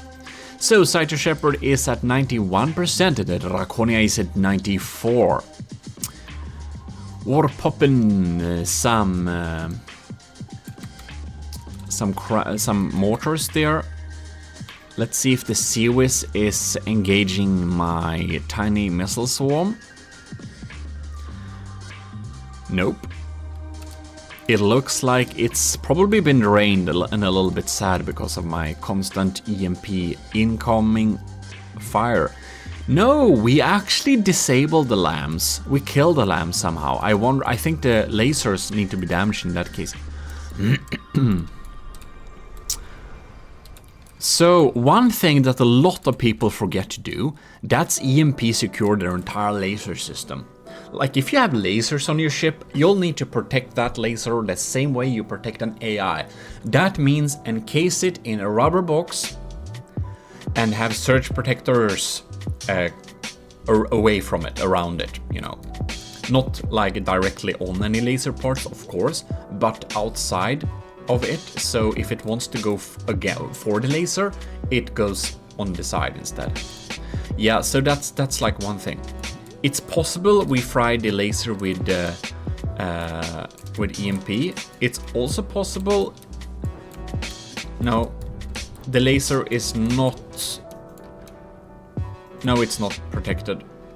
We have surge protectors here, but they only work as long as they exist. We want to encase it in rubber as well to keep it safe.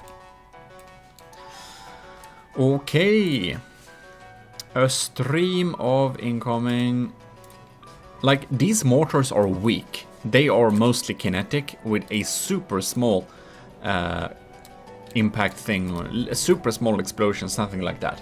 But if you just let them melt through like nothing, they will of course deal a lot of damage. Like, they are super small, so they are super weak, so they only deal damage if it's like direct hit.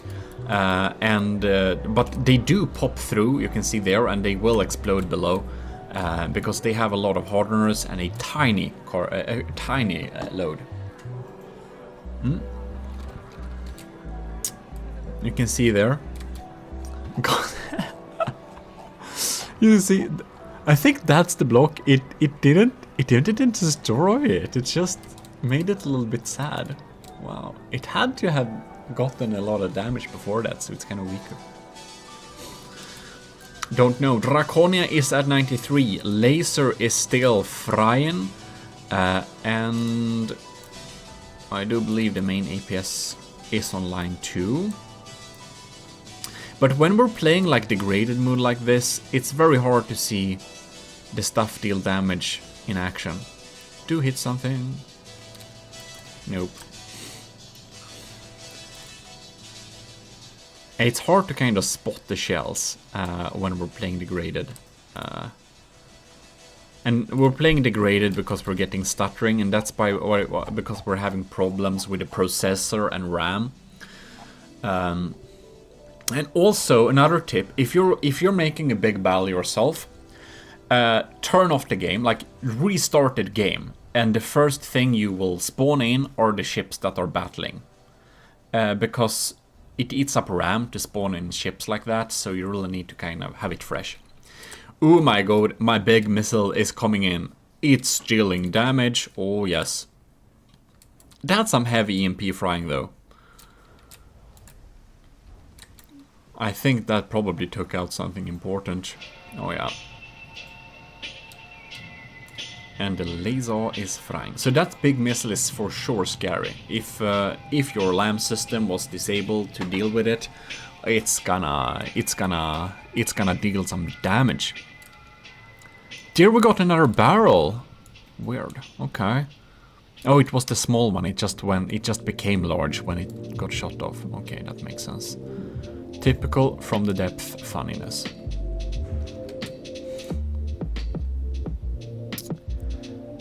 And I do guess that is the most thing that can be said. And you know what? Did you enjoy this video, or are you enjoying this video? We're not quite done yet, but if you are enjoying this video, please remember to leave a like. And if you like content like this, you should definitely consider to subscribe to the channel, because I'm playing a lot of From the Depth. Like, if you just look at my recent uploads, it's like 75% From the Depth. We have some Satisfactory and Gmod thrown in there too, but it's mainly From the Depth right now. So if you're into From the Depth and you're not subscribed, this is most likely a channel for you to stay tuned on. In any case, ooh, that was a nasty hit right on top of it. Bam. Kinda weak, but it kinda does scary damage too. You can see there. Yeah. The laser probably had something to do with that too, of course. The mortars are, as said, mostly investment in distracting enemy lands. You can set it up like that, and that's kind of the thought, but if someone would protect against from the Draconia... Oh, superstructure is away! Bye-bye, Captain of the Annihilator remake. No, but the mortars on the Draconia, they're not worth, like, they're not worth spending material on dealing with. Like, evade them if you can. If you get hit, it's no biggie. Or if you have like one layer of deck armor, and then it is a biggie. But if you don't have that, then it's just, if you could ignore them, that would serve you well. Because they're having so much health. They're difficult to sap with lands for sure. Yeah. Alright, so the big missile comes in again, and it pop deals some damage. In pre-frying. Cyto Shepherd is down to 71%. The engine is still alive this time, so we ain't sinking it. But we are pretty soon, I believe. The upwards propulsion... No, it doesn't have any upwards propulsion. It probably has some air pockets in the front then. It doesn't look like we're dealing with upwards propulsion here. Yeah, this thing might sink indeed. Is that a torpedo or a dead barrel? That's a dead... No, that's an ammo clip. Is that out... Is that like 6 or 8 meter ammo clip? I think so. It seems that our missiles are still not popping in there. Looks like the Annihilator. She is sinking indeed. Soonish. We're approaching 68, we're at 68, 60, okay, we're at the 50s. We're in the 50s, ladies and gentlemen. The Draconia won 2 times in a row, which means that best of 3 is very much concluded. Both the Draconia's main weapons are still online. Without upgrading the Annihilator, I do not think this battle would go on another way. But anyways, thanks a lot for submitting Cyto Shepherd and fixing the craft so it abides by the rules.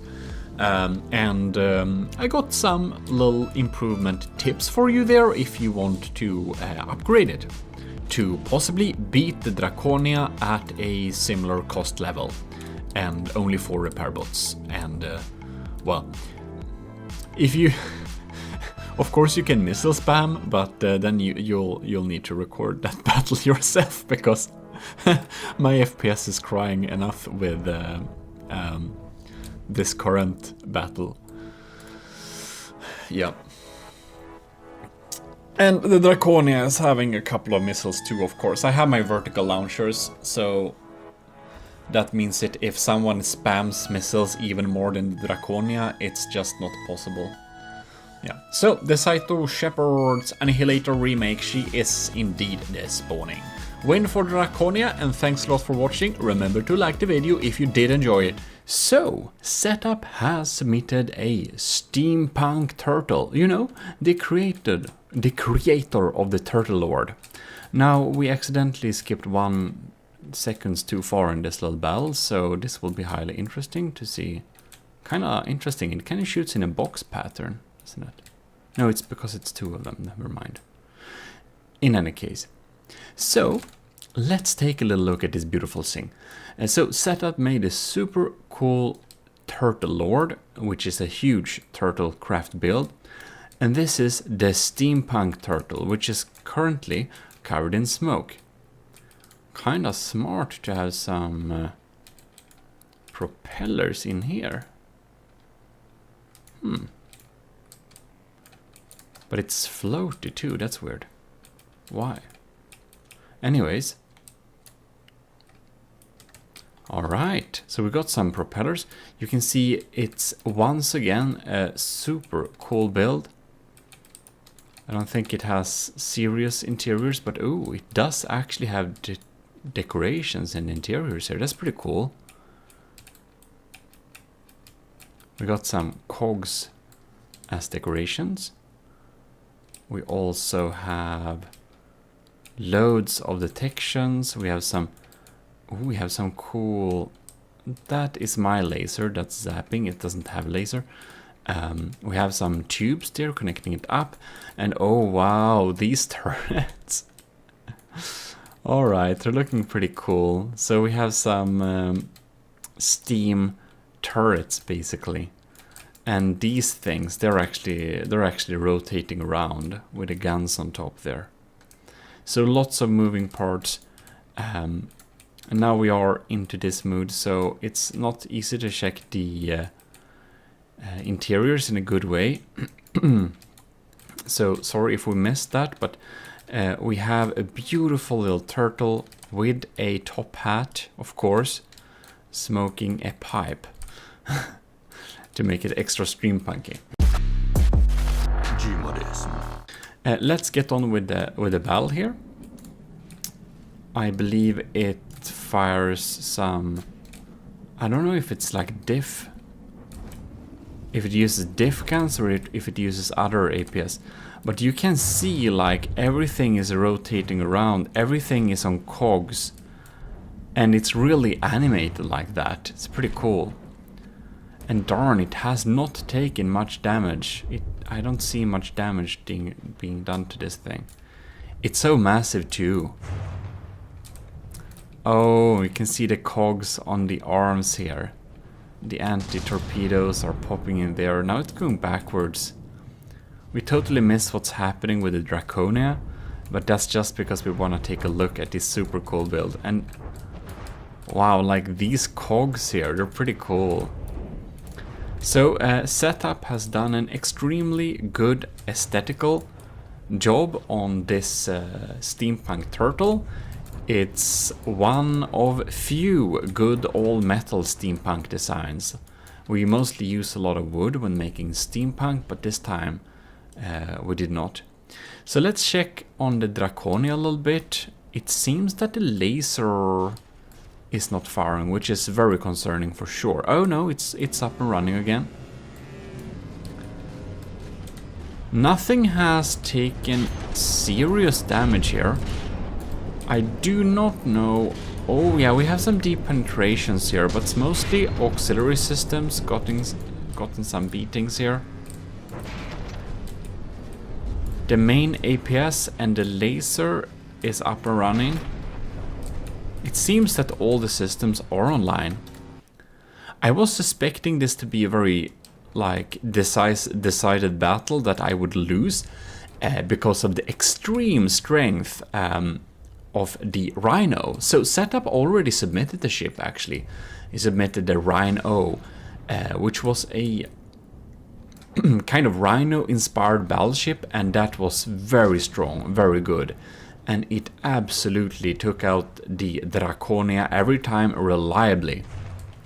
So this may be a little bit more of an aesthetical build, because it seems that, ooh, did we EMP that thing? These turrets ain't EMP protected, it seems. No, it seems that this time the Draconia is faring much better. We'll see. Its lasers are still online. These are some dangerous things. So I think this is only APS design, while we utilize lots of, like, all systems. And we are of course already in the degraded mood. Here is my large... Oh, it's going pretty fast. It seems it just won't... Wow, it's not moving quick enough to... I didn't know my torpedoes were that slow though.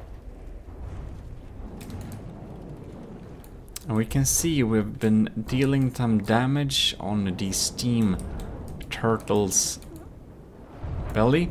This is also a nerfed design. I don't know, I don't remember exactly what it was, but it was something probably that it was too expensive, or like excessive use of like several hundreds of torpedoes. I don't know. Oh, there's a third popping up. Because of course we can have lots of missiles. If someone adds like 200 small anti-missile missiles, I won't be able to run. Like, I can't record that. Not with this computer anyways.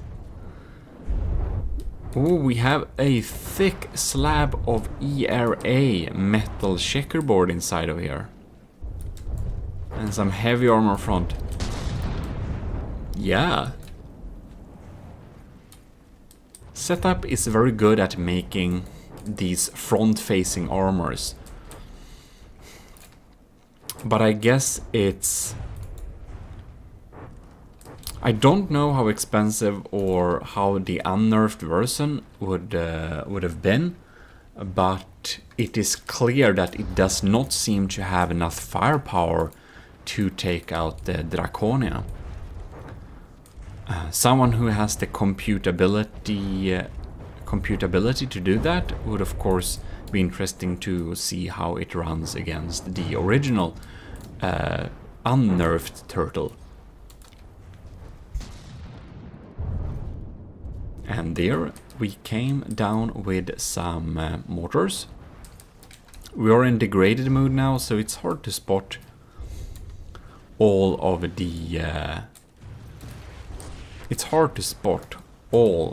the like projectiles now.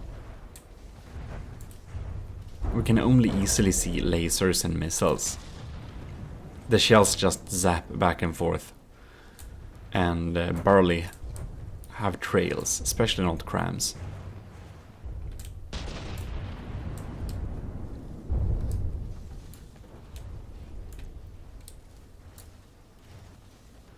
All right.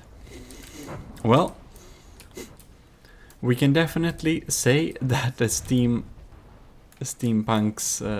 setup steampunk turtle is indeed the better looking thing, but it's slowly turning into Swiss cheese, so that might change, because we are indeed mostly measuring combat performance. That's a lot of front armor, wow.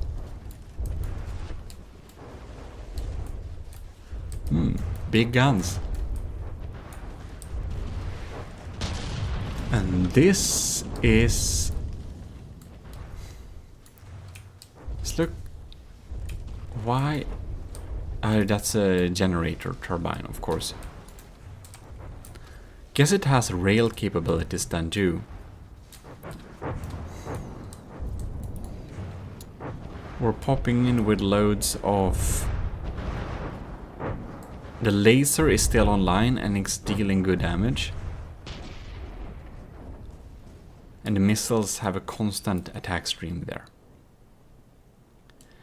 The Draconia is tilting a little bit, don't you think so? I think it's a little bit tilted.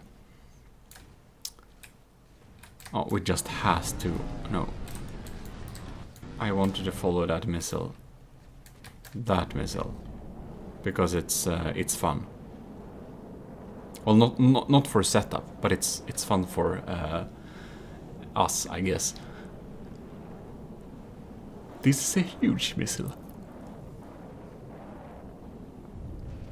If you were wondering.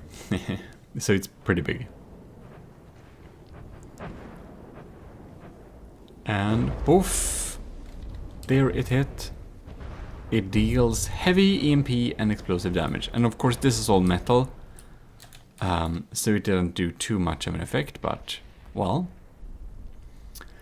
Setup Steampunk Turtle is down to 76% and the Draconia is brought down to 92%. It's starting to go pretty low in the water here. So it seems that Setup has opted for some really deeply penetrating shells here. Oh yeah.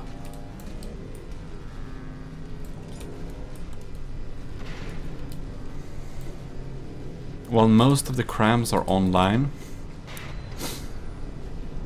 Fail-safe problems.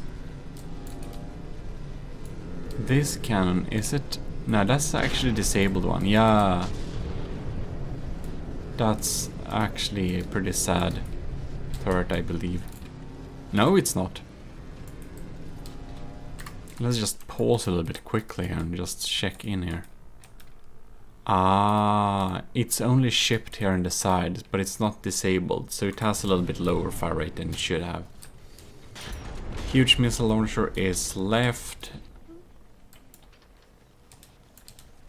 How's it going with the main gun?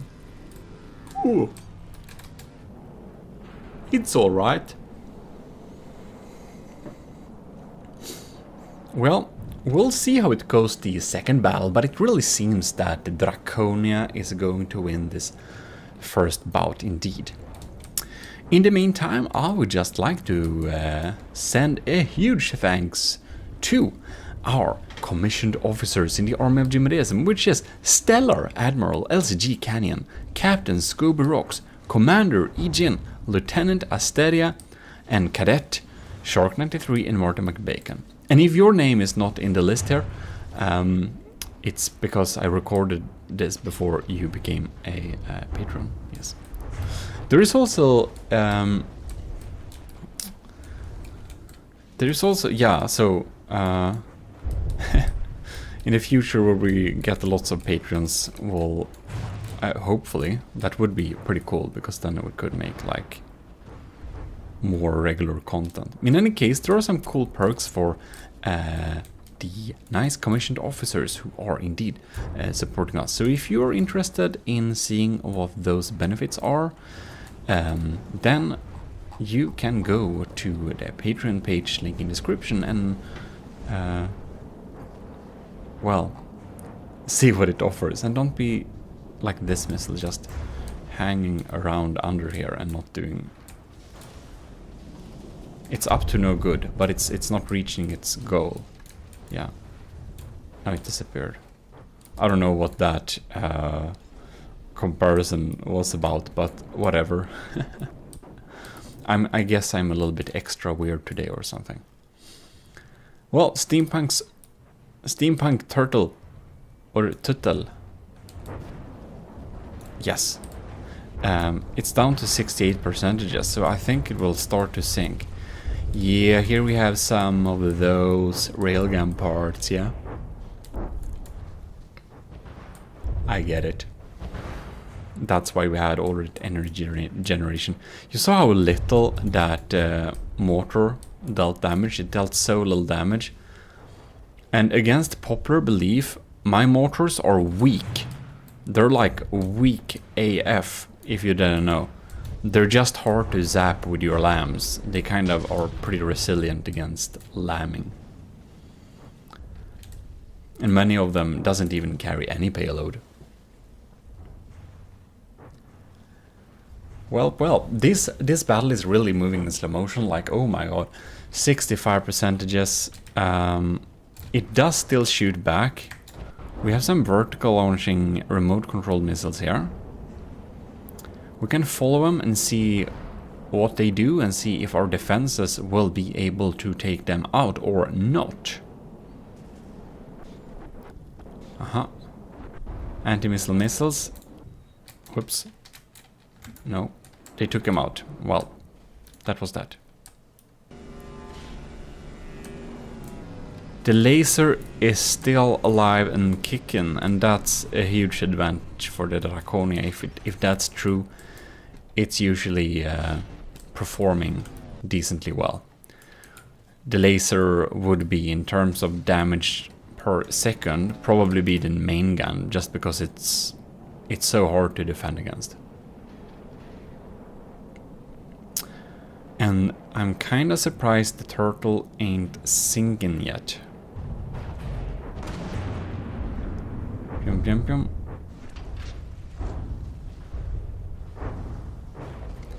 Yes, yes, yes. And this is a really heavy metal slab. 62% just... You know, I don't think that the turtle will... like... It's just slowly losing...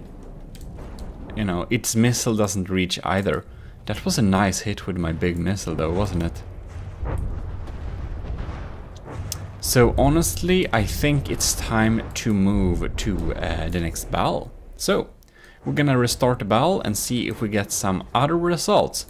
Because as we clearly can see, it just doesn't deal damage in a way that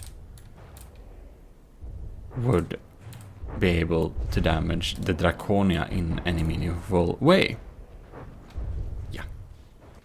So moving around the center column, all sorts of cool little details here. Reminds me a lot of battle here, and this time I want to hang around